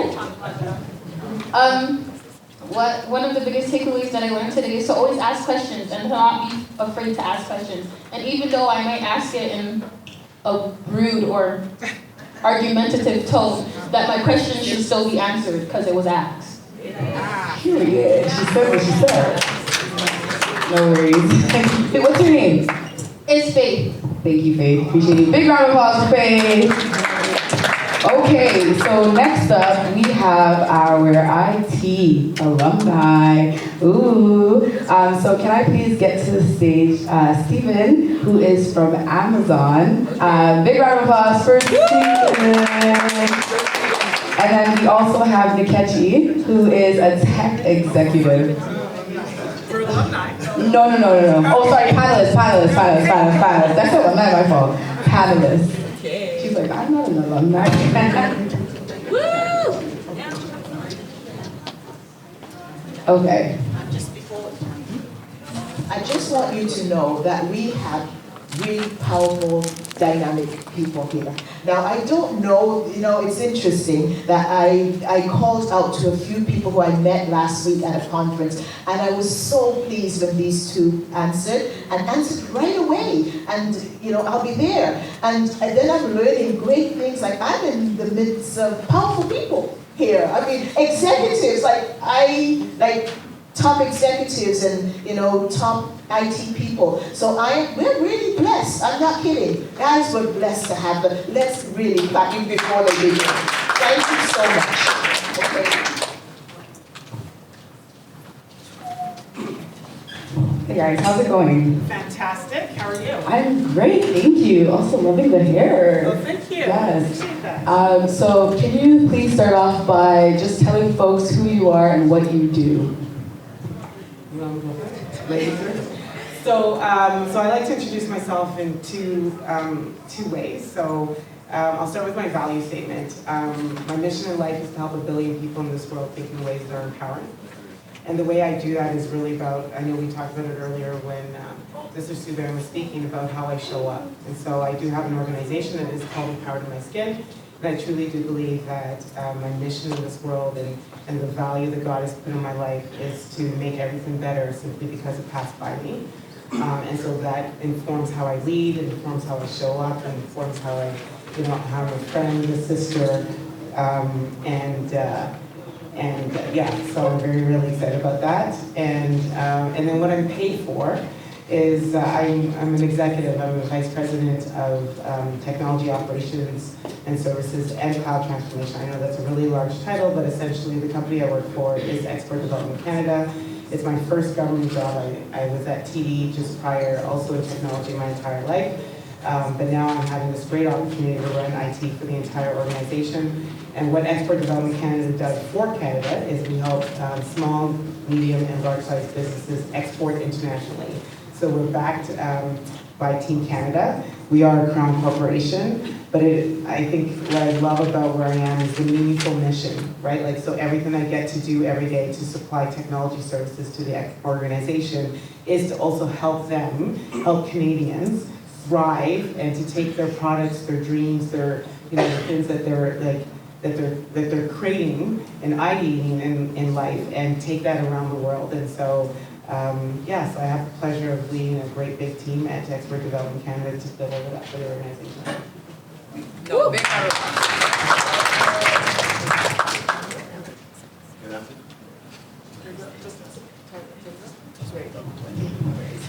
Good afternoon. My name is Stephen. First of all, it's an honor to share the stage with Nkechi. For context, I was actually at a conference about 2 or 3 years ago. Like, I was in the audience, and so to see her Nkechi on stage at that big conference and not to share the stage with her here right now is an honor. So it's a pleasure. My name is Stephen. A little bit about myself. I have an entrepreneurial past, and so I'm co-founder of a card game called Combo and Chill. Aside from that, I'm also in the corporate world, and so I used to work at LinkedIn, which is a social media platform, and now I work at Amazon Web Services. So I'm in sales, and so pretty much what Amazon Web Services does, it does like data recovery and like hosting for different platforms. And so, for example, Netflix had a big fight yesterday. I don't know if anybody watched it, but yeah, Mike Tyson versus Jake Paul. I don't know if any of you experienced it, but it was a lot of like internet with the server. That could be Netflix's fault with the engineers or Amazon's fault because we hosted that. But in short, I'm in sales, and so I sell like Amazon's data servers to different companies to help them with their websites. And so I actually want to give him flowers as well, because I was at an event, is it 2 years ago?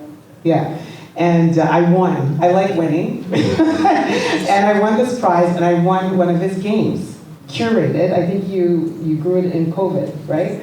And fundamentally, it's a social game. And I know we'll talk about that with one of the value of social. I think we've lost that ability. What this game has gifted me with, and you have to remind me the name of the one I have. It's Guess My Preference. And it's such a simple game. You put your phones away, and you're at the table. You're with a bunch of people that you probably know, but these questions enable you to ask questions that you would never think of. She always wins, even amongst strangers. I don't know how she does this, but it's so engaging because you end up learning more about. So I actually want to give you flowers for creating a game that gives human beings with the ability to get present and more visible to one another in such a meaningful and impactful way. So buy the game. Beautiful. So normally we say technology is the future. Well, technology is the now because it's quite literally taken over everything that we do. So how do we encourage both parents and young people to be more knowledgeable in technology? How do we motivate them?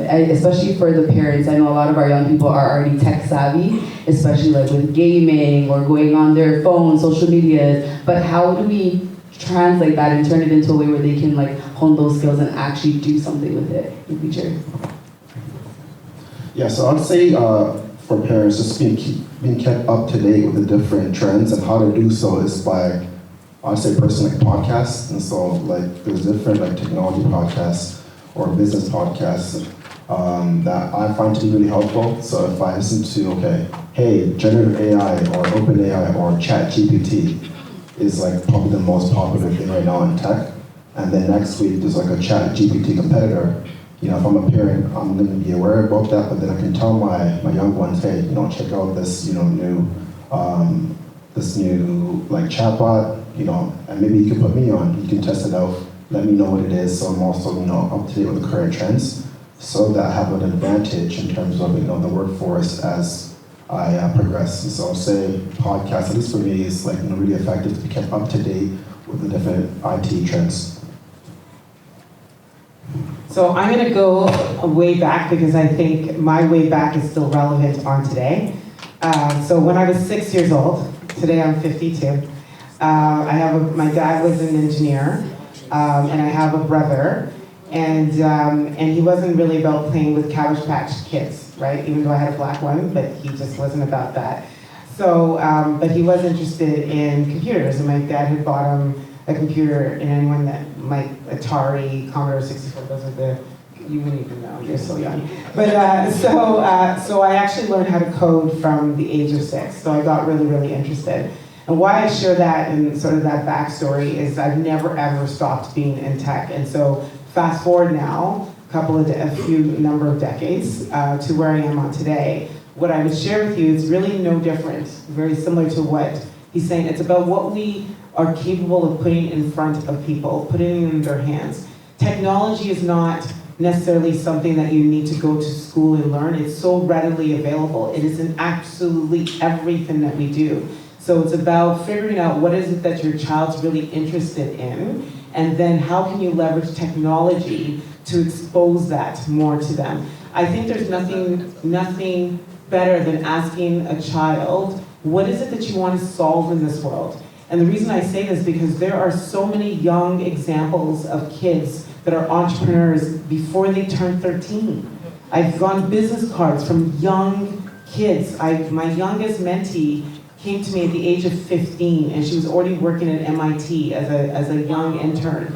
And what it was for her is that she had something that she wanted to solve. There was a kid in her school who had committed suicide.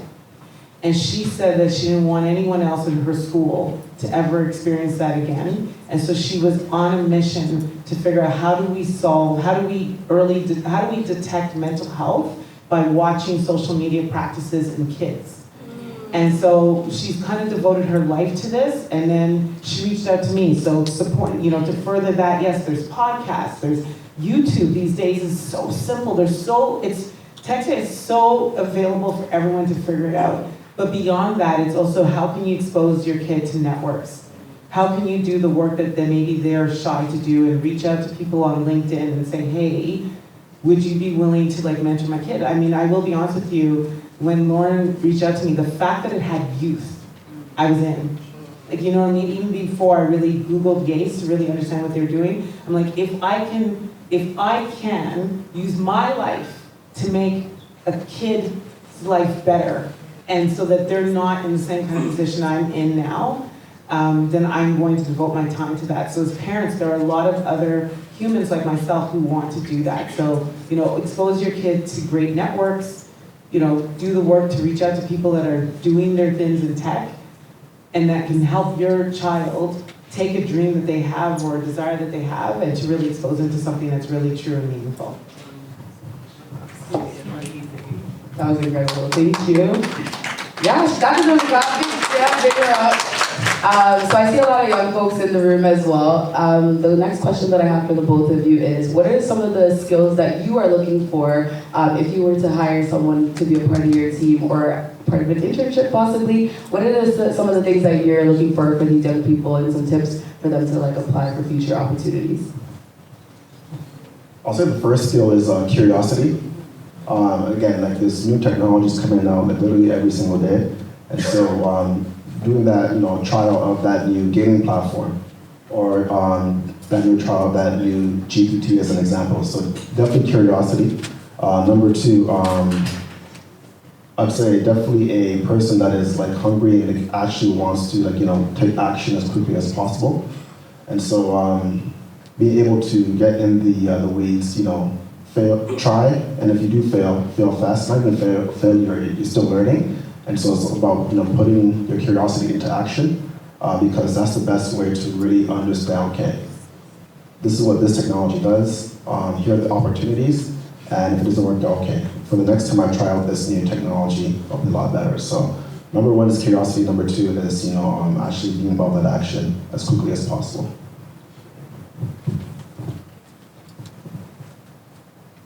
So I'm going to add, and I'm going to share actually my personal framework, okay? There's 8 parts to it, but for the interest of time, I'm going to share 4 key ones that I think are really important. Because as a leader who hires quite quite a lot. I do try to hire for people that are smarter than me, for one, right? So, but beyond that, I do also believe that I can train talent. What I can't train is attitude. And so I will hire people more so, and I love that you kind of went more to soft skills than, because we can sit here and tell you, you know, go and code, Python, all of this. But I will tell you, first of all, I'm looking for somebody who knows thyself. So the first one is be convinced. When somebody walks into an interview, I want to be able to feel their conviction of self. I want them to know that they know why they're there and they know their value. And so I love that we were talking about potential. Help our young children create a value statement for themselves. Yeah. So when they sit down at a table and they're asked, tell me a bit about yourself, they're not saying I do this and do this. They'll tell you, well, when you get me, what you're going to get is somebody who's going to show up, who's going to, be relentless, who's going to, commit to the work that's ahead of me, who's going to try, who's going to be insatiably curious, who's going to, fail and fail forward. You want to make sure that they are convinced about who they are, so that's number one. Number two, relentless. If there's anything that COVID has taught us, is that people without big dreams fell victim to the barriers that were presented in COVID. And so it's about encouraging kids to be relentless by having big dreams. You understand? So, even for myself, the fact that I want to impact 1 billion people, when COVID hit, I was doing that very much in the physical space, but it was because the dream is so big, it was like, okay, how do I get to 1 billion people if I can't be there in person? Well, I'm like, okay, well, we just pivot. So the higher the dream, the easier to pivot. So, it's about being able to see when I'm sitting in front of them, this is somebody who's going to be resilient. When things don't go their way, are they going to fall victim to the frustration, or are they going to rise above the challenge? Be patient. I think what I will say to you is some of my early exits are the young people. When things get hard, they just walk away and they think they can go and get something better somewhere else, until they realize that there isn't anything better somewhere else. You create your better where you are. And so it's about being able to be patient enough to see things through, to recognize that there's something bigger and better if you just give it time to nurture and to give it space to grow. And the last one is obviously it's about being positioned. When somebody walks in, I want to know that they're doing the work to figure out how they're connected in this world. Like, how are they positioned? Who do they know? Who knows them? So really just, those are the key 4 things. And then yes, once you then have all of the talent and the skill, those are the things that will enable you to, skill and talent will get you through the doors, obviously, because we look at resumes when we're hiring, but it's your character, that will keep you there. And I think that that's what's most important. Wow. I hope you guys are taking notes, because the gems that are being dropped. He's like, yeah. So final question for the both of you. How can a youth stay adaptable and relevant in an industry with constant tech advancement? Because it's always changing, there's always new things, so how can they stay relevant?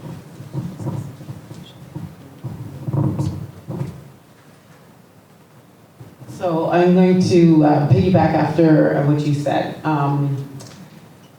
If you're only focused on now, you're already behind the game, right? So if I think about some of the challenges that I'm having right now, is I want to hire Black employees. I really, really do.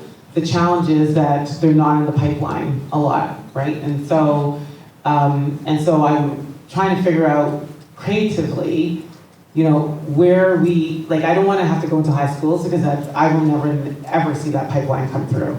So they've got to be around. So I'm looking for people that are insatiably curious to learn. So never stop learning. That's the thing. You want to be a lifelong learner, and you want to be able to demonstrate that you are figuring things out. I think if you think about some of the big names in technology, like Mark Zuckerberg, even if you think about the giant Amazon, Jeff Bezos, none of these, Bill Gates, none of these were Warren Buffett, none of these were grew up from a place of education. They grew up from a place of curiosity. Yeah. They grew up from a place of having a desire to really change the world, to have a problem that they felt needed to be solved. I'm looking for people that can really demonstrate that, because like I said, I will invest in educating you. I will invest in growing your talent and growing your skill set. But the question is, how are you investing in yourself to really show up in this world? And so that's what I want to see evidence of. So never stop being curious, I think. Never stop learning.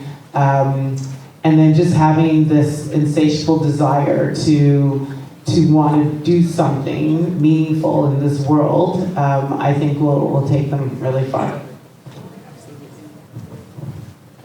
And just to add on to that, so I have a funny kind of joke in my house. And so me and my lady, we live together.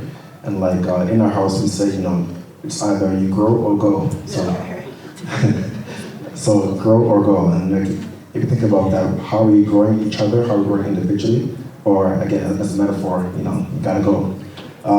So just having that growth mindset is really important. But then also number two, I'd say mentorship. That's one thing I wish I did early in my career. So I was lucky enough to kind of, been tapped on the shoulder for different opportunities. Like I had Instagram, Snapchat, LinkedIn ever since I was 18, right?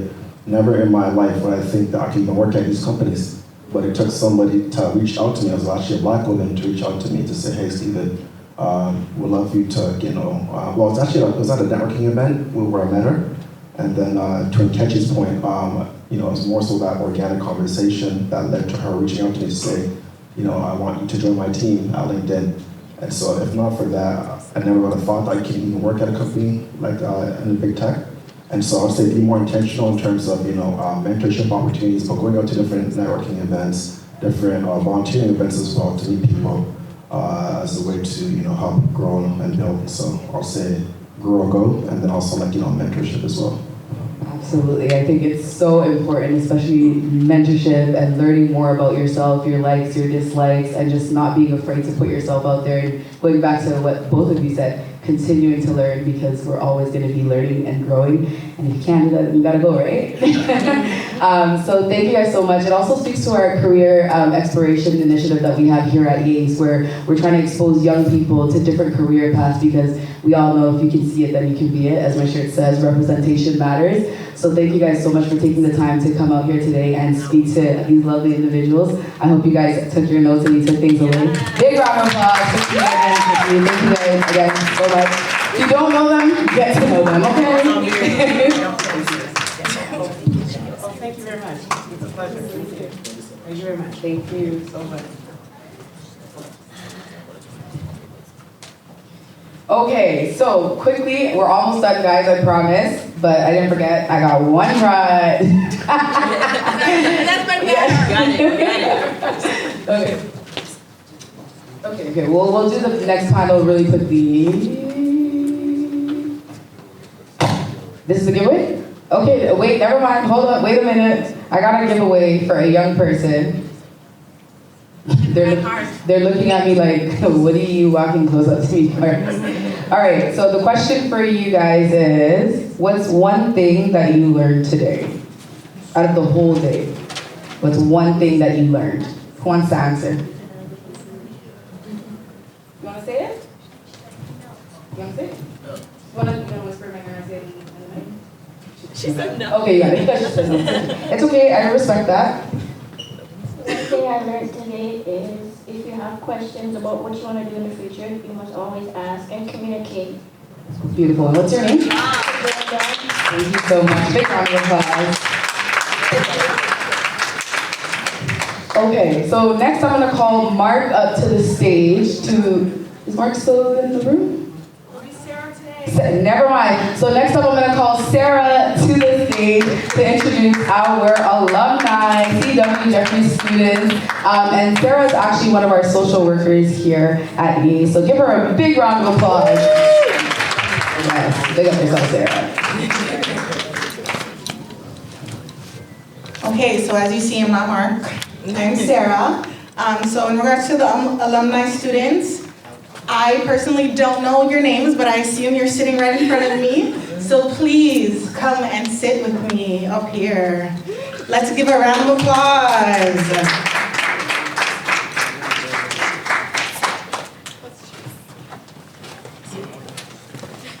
Okay, thank you guys so much for being here. I don't know about you guys, but I'm very inspired today. To the parents, I'm a parent as well, and I'm very inspired. So yes, thank you guys for being here. I'm just gonna get right into it. So one of the first questions is, how did you navigate, wait, first of all, introduce yourselves, please. So sorry. So yes, if everyone could just introduce yourselves and just let us know a little bit more about you. Hi, I'm Kweku, I'm 25 and I'm a software engineer. You learn more about me as we go through this. I'll send them out to you. Alright, hi guys, my name is Norman Chambers. Sarah, you were in my first English class, my first day at Jeffries with Mr. Suku. Yes. Yes, yes. Anyways, Winter Harrison, I'm currently now self-employed, so that's my journey. Happy to be here, see everyone, and yeah, I guess we'll see where this goes. Right. Afternoon, everyone. My name is Kimani Sterling. I also am a graduate of CW Jeffries. Currently working at UHN. I run the virtual services for the emergency department there. It's a pleasure to be here with everyone today. Hello everyone, super excited to be here. My name is Mame Darkwa, I'm 28, alumni of CW Jeffries. Went to McMaster for undergrad in life sciences, followed by a master's in health sci at U of T. And currently I work for the Center for Aging and Brain Health Innovation at Baycrest as a knowledge broker. And I can tell you what that means later, maybe. Hi everybody, my name is Miriam DeMille. I am currently a human resource manager at a social service agency called Connect Support Services. There's a lot that goes into it, so I can explain also later on. But yes, I'm also an alumni from CW Jeffries, and I went to York University for health studies because I wanted to be in health, and then I did my post-grad at Humber for human resource management, and so that's how I'm here. Awesome. Can I just interject a minute? Okay, sorry, I have to speak into the mic, I was told. But I want to say that again, talking about 15-year-olds, these two beautiful young ladies here, I taught them also when they were 15 years old. And it's really great to reconnect with them. And they are doing remarkably well, not only in terms of their academic life, but their life in general. I follow them on Instagram. They don't even know. I kind of, get in there and see what they're up to, and I don't usually like because they'll know I'm there. So so I don't mean to be creepy. I don't mean to be creepy, but I do see what they're up to, and I'm so proud of them because they're truly enjoying life, and I'm so happy about that. Thank you. Lovely. You guys are doing amazing things, and I'm a CWJ alumni too. So we're all up here representing. Okay, so first question. How did you navigate the transition from high school to post-secondary education or the workforce, and what advice would you give to current students? How did I navigate it? Honestly, I think the most difficult thing would have to be, for me in high school, I was definitely more of a social butterfly. I was in the gym all the time. Education really wasn't my first thought. Like, I wasn't really trying to be great in academics. And so when I got to university, that's when my dad was like, you need to fix up. Okay, playing sports in high school was great, but in university, you need to get your grades up so that you can have a career.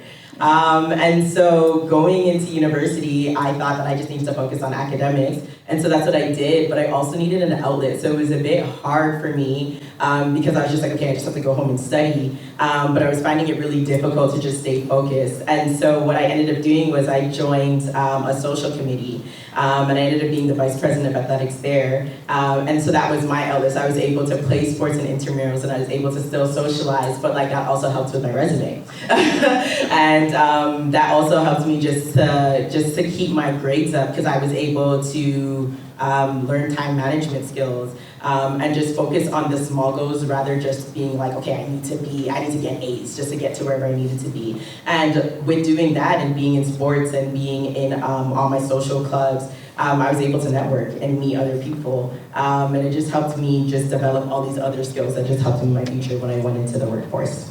Nice. So I would say for me, I was a little bit opposite of Miriam.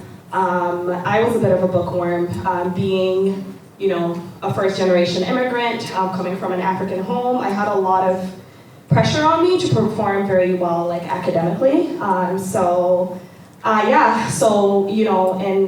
school, I felt like I was at the top of my game. I didn't think anyone could say anything to me. My grades were there, I felt like I had it all. I got into the universities of my choice. But when you get into university, or even the workforce, you're in a bigger pool of people who are just as smart, if not smarter, right? So it was, for me, I think the biggest thing was a little readjustment to my ego. There's this thing about humility that's very important when it comes to kind of like growing as a person, not just academically or professionally. So I had to put my guard down and tell myself, Mommy, you don't know everything, right? And McMaster was hard.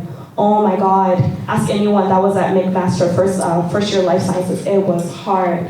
And similar to Miriam, I was like the opposite, where I had to like find other outlets to kind of like help me deal with the pressures of academics. So for me, I joined it was called Mac Africans.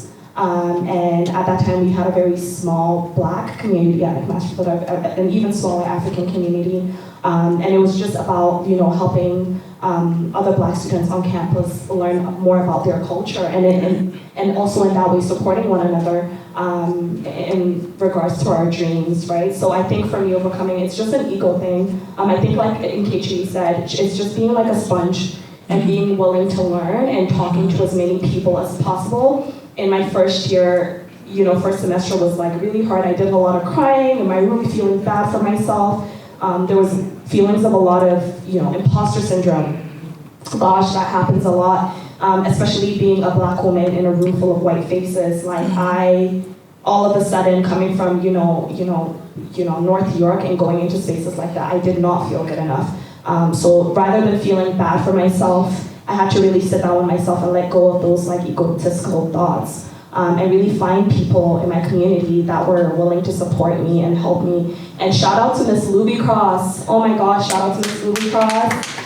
She was always there, from just any program, anything she could send me, she sent my way. Med school, she was with me when that was a dream at a point. So yeah, just let your ego go, reach out to the people around you and be a sponge is what I would say. What was the question again? How did you navigate? Oh, is my mic off? How did you navigate? It's not working. How did you navigate? There we go. How did you navigate the transition from high school to post-secondary education or the workforce? And what advice would you give to current students? Okay. So for me, I came here from Jamaica, 2006, and I came and went back into the high school system. And like she mentioned, coming from a Black household, especially coming from Jamaica, like they press on you, go to school, get your education. So in school, studied, did all of that good stuff, graduated Jeffries with honors, etc. So making the transition from high school to university wasn't that difficult per se, but part of the reason why it wasn't so difficult is because I had people to leverage, people like Mr. Gala, he's not here today, other teachers at CW Jeffries that helped push me towards what I wanted to do. So by the time when we graduated, I had, where the schools we had? York, Ryerson, U of T. We got into all the schools that we wanted to get into. So I thought leveraging people in school was good, and actually picking the right people to be friends with. I think that's one of the most important things as young people that you have to do. My dad was a super strict guy, so you can just imagine. He always would tell me and my sister, make sure you choose your friends wisely. And I think choosing my friends wisely helped to push and navigate that transition from high school to university. We both went to Jeffries. Me and him have been friends since that time. And to this day, we're still pushing each other, encouraging each other. And I think that's one of the best things you can do. Beautiful. Okay, so just to don't go too much on the school part, my perspectives might be a little bit different. But so based on what Kimani said, your parents will tell you what your friends you keep. Transitioning from high school to university, I can tell students that academic is good, probably the best in university, but networking is key. I don't know, they'll say your friends, show me your friends, and I'll tell you who you are. Well, it's the same transition. Your network is your network. It's the simplest thing. You probably all hear it. Waking up early, show up when you say you're gonna show up. Another thing is the networking that you get from university will shape whatever career choice you make. You probably, the same person might hire you, you probably start a business. So academics is 100%, but please focus on the networking part. Like, I can't even stress how important it is. Just before he goes, I also want to add that you have to have an open mind. For us, I remember when we were in the last year at Jeffries, everyone was pushing go to university, go to university, go to university, which is good. There's nothing wrong with that. But there wasn't anyone there pushing us towards the trades. And I think for a lot of people, going into the trades is kind of seen as like, I don't know, something inferior in a sense, which is not the case. So I would also encourage young kids to be open-minded to even going into the trades, because going and studying and going to university might not work out for you. So just keep an open mind in that regard. Can I add to that? So he mentioned the trades. So like I'm going to say young black men, that's what I can speak on. The trades is, if you're going to start a business, it's probably the easiest way to have your own business. So if you think about an electrician or whatnot, or a plumber, you can have your 9 to 5, but you can also install a toilet when you're coming in from work. So if you look at that, then the possibilities are endless. If you have your family, you wouldn't necessarily, how should I put this correctly now?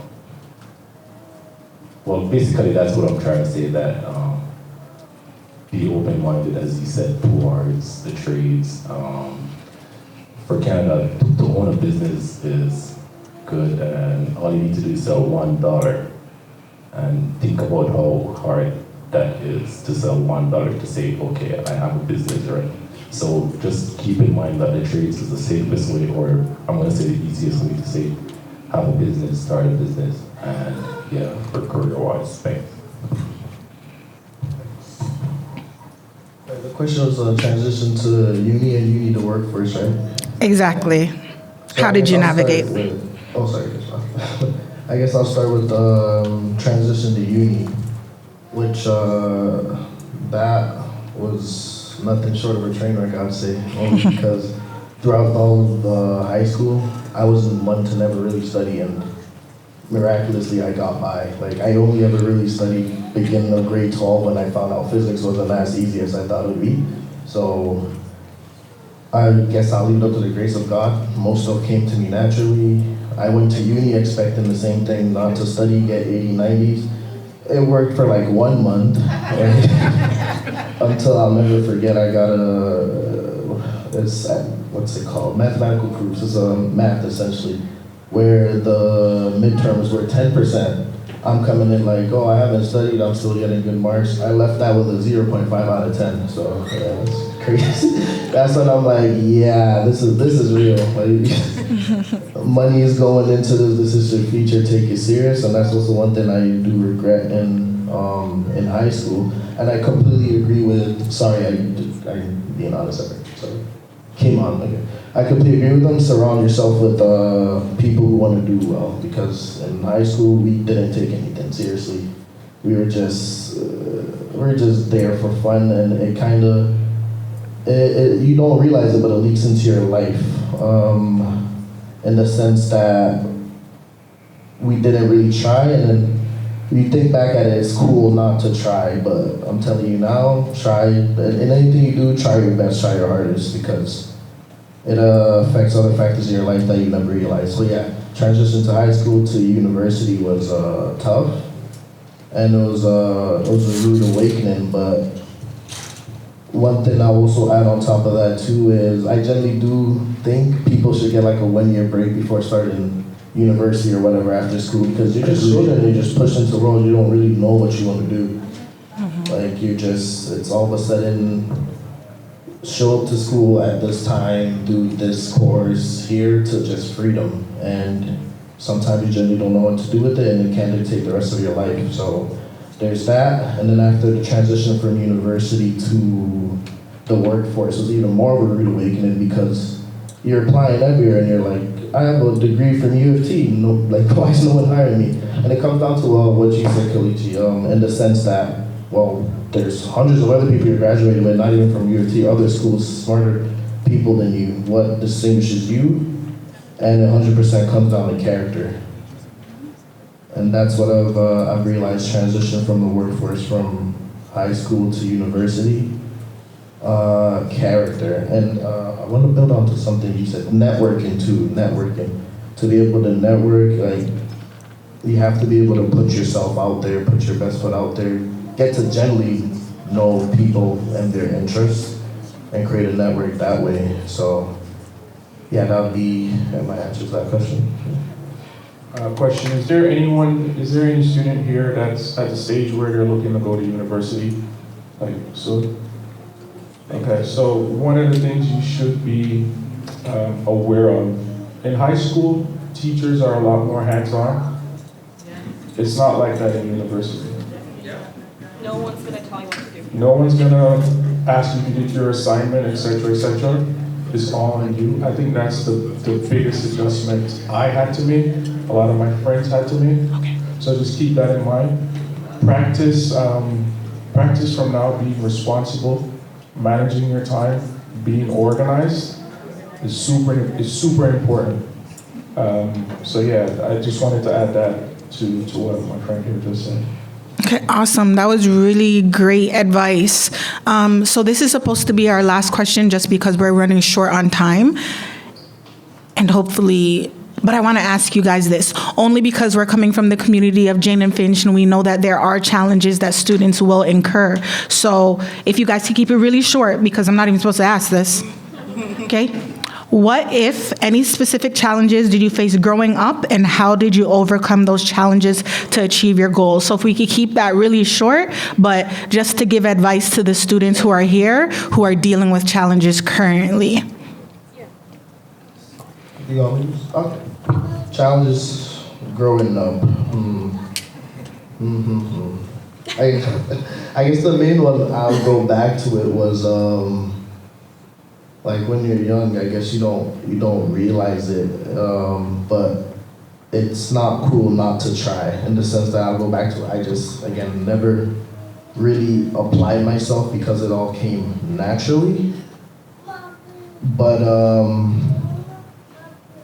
I honestly, I would even say I wouldn't apply myself. Like, it's more like laziness. Laziness is a big challenge to get over, and I know it's gonna sound cruel, but like, no one's gonna come and save you. Like, at the end of the day, you dictate your life to a certain extent, so you should apply yourself. You should sit down, bunker down, and realize that honestly, the opportunities in the world are limitless. It's like you were saying too, you never imagined you could work for companies like Instagram, LinkedIn, stuff like that.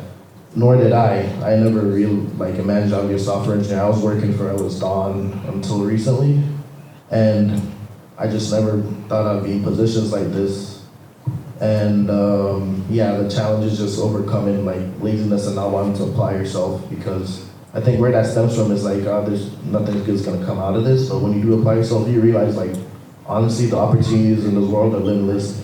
Be it through uni, be it through trades. You have so much opportunity in this world, and it's good to apply yourself and believe that you can make something out of yourself. So yeah. Sorry, before you went, I just wanted to add something. Fun fact, Quake was my brother. Oh, I forgot to say that. Yeah. Okay. So Quake was my brother, and the reason why I just wanted to tack on is because, I'm surprised he didn't say this, but maybe it wasn't a challenge for him.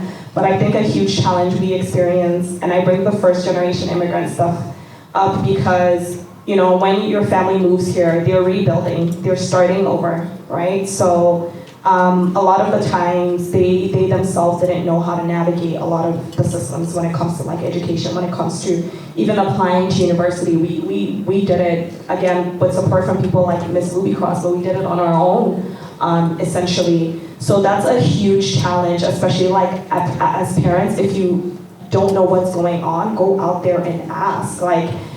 Looking back now, there are so many opportunities I personally feel like I missed out on, because we just didn't know, right? Aside from not knowing, my dad was working night shifts. He's hustling to keep us together. There's no time for him to sit with me and make sure that I'm doing my homework, to make sure that I'm getting the grades that I need to get, to make sure that I'm in the right program to get me into med school. So I think that's really important, and that's where Miss Luby Cross, people in my community came in. She essentially brought in my parents, and she was like, hey, you have a brilliant daughter. She's capable of this and this and that. If you want her to succeed, if you want all the sacrifice you've put in to be worth it, you have to pay attention, and you have to show up. She's not gonna wake up and be successful just because you were working that 9 to 5 shift. We get it, that's important. But that direction I needed, because they felt like they didn't have it as well, they were very hands-off, and that really affected me, even up to university, not having that support and understanding of what I was doing and where I was going. Yeah, definitely that's trauma for another time. I can relate. Yeah. For challenges, life is supposed to be challenging. You're gonna have your challenges. The previous panelists touched on failures and I guess which relate to challenges, but I think it's more of how you get up from that. I don't know how to word it, but just show up when you see you're gonna show up, and yeah. Your word is your commitment. Never give up. For me, coming from a personal point of view, just having, bad parenting or poor parenting skills. Again, coming from a Jamaican family, dad came here before and sent for you, and now you're here.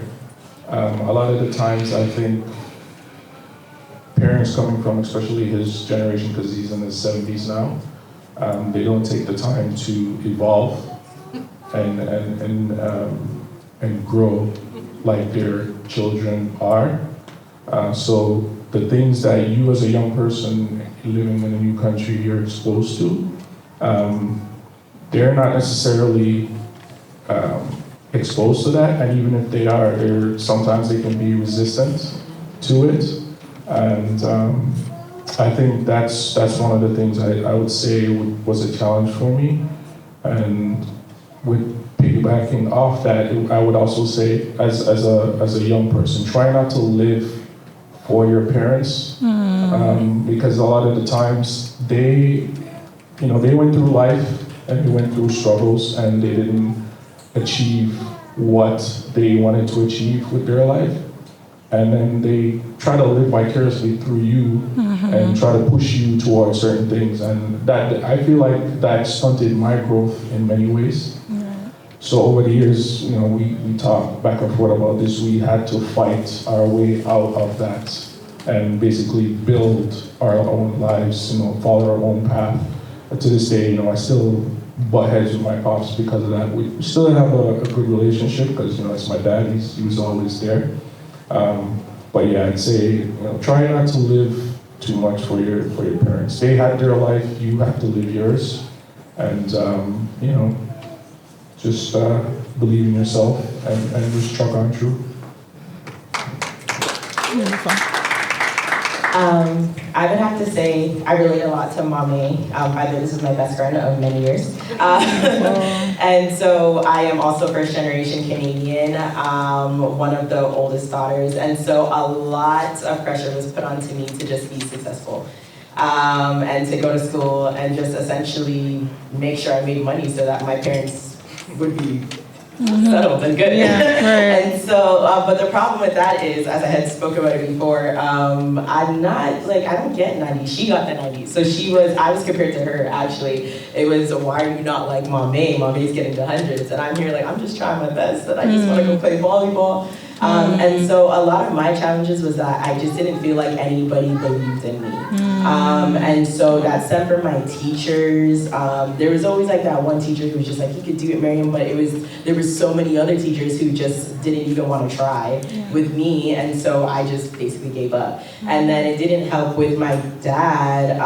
And he's awesome and he definitely did try, but it's like when we went to school and if the teacher would be like, oh, well, Miriam talks a lot in the back, he would just be like, he would scold me in front of the teacher. And so there was never really a time where I felt like my parents believed that I could do great and I could be successful. And then also the teachers not believing in me. And so it took like high school really, when Mr. Gala became our principal.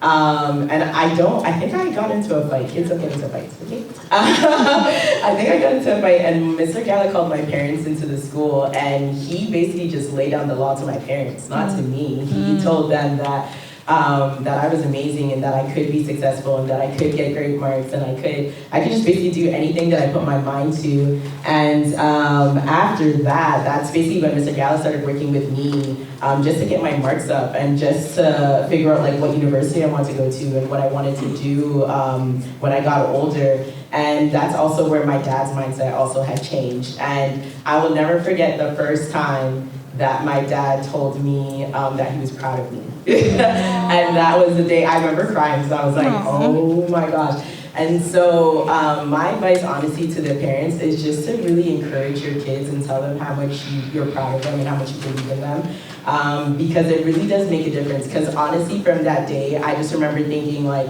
okay, it doesn't matter how many times I fall, it doesn't matter how many times I fail, but I can get back up again. Whereas before, it was like anytime I failed, I didn't want to tell my dad because I was scared. I was scared that I was getting in trouble, and I was scared that I was going to be scolded. So I would say that was the challenge, and that's how I overcame it, just because, you know, Mr. Gala and my parents had made a change. Beautiful. Well, thank you guys so much for your vulnerability and transparency. I'm pretty sure it relates to the students that are here and also the parents. Okay, so that's unfortunately it for the questions. However, just one question from the audience. Does anyone have a question for the panelists?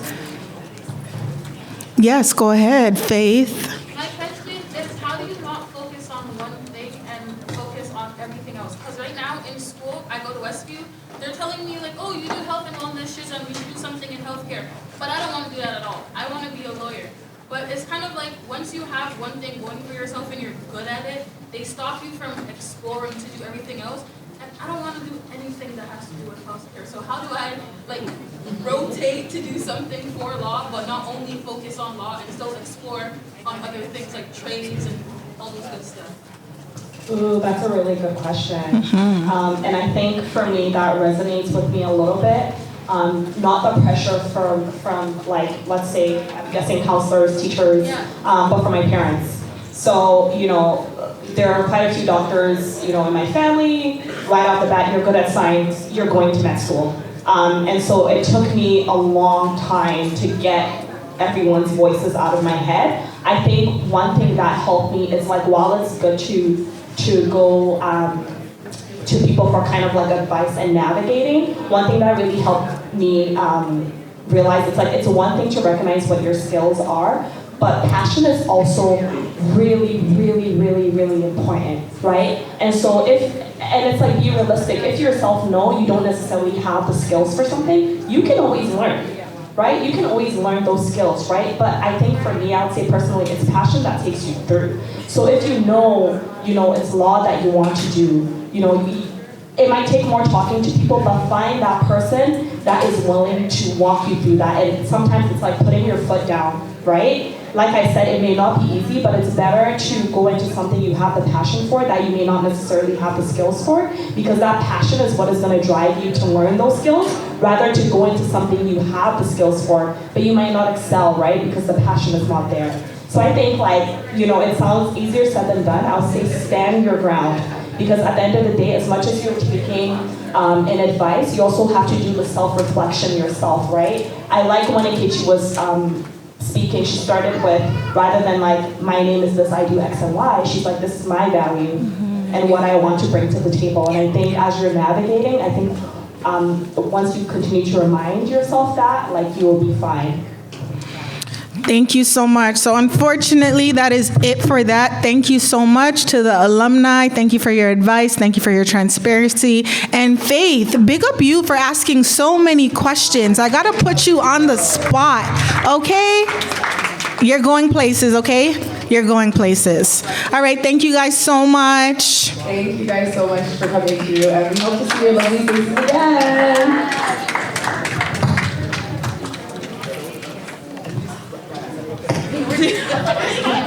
All right, so before I let you guys go and get your food, who's hungry? Oh, you guys are hungry? I'll take the food. Who's hungry?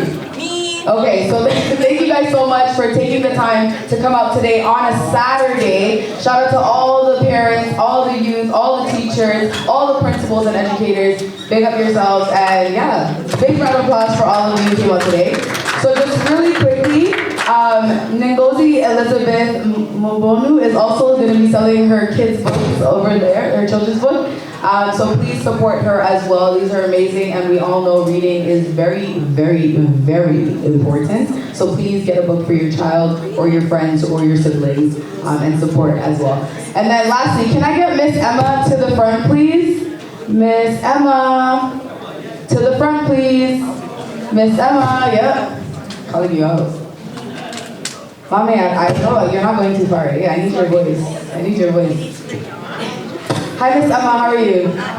Okay, so very quickly before we go and get our food, I just want everyone to help me wish Miss Emma a happy birthday. She is someone in community who has known me for a very long time. So we're going to start singing happy birthday. Ready? 1, 2, 3. Happy birthday to you. Happy birthday to you. Happy birthday, dear Miss Emma.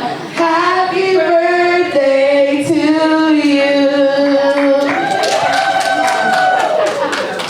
We love you, we appreciate you, and thank you again. I love you more. Thank you guys so much. Stay blessed and have a wonderful weekend.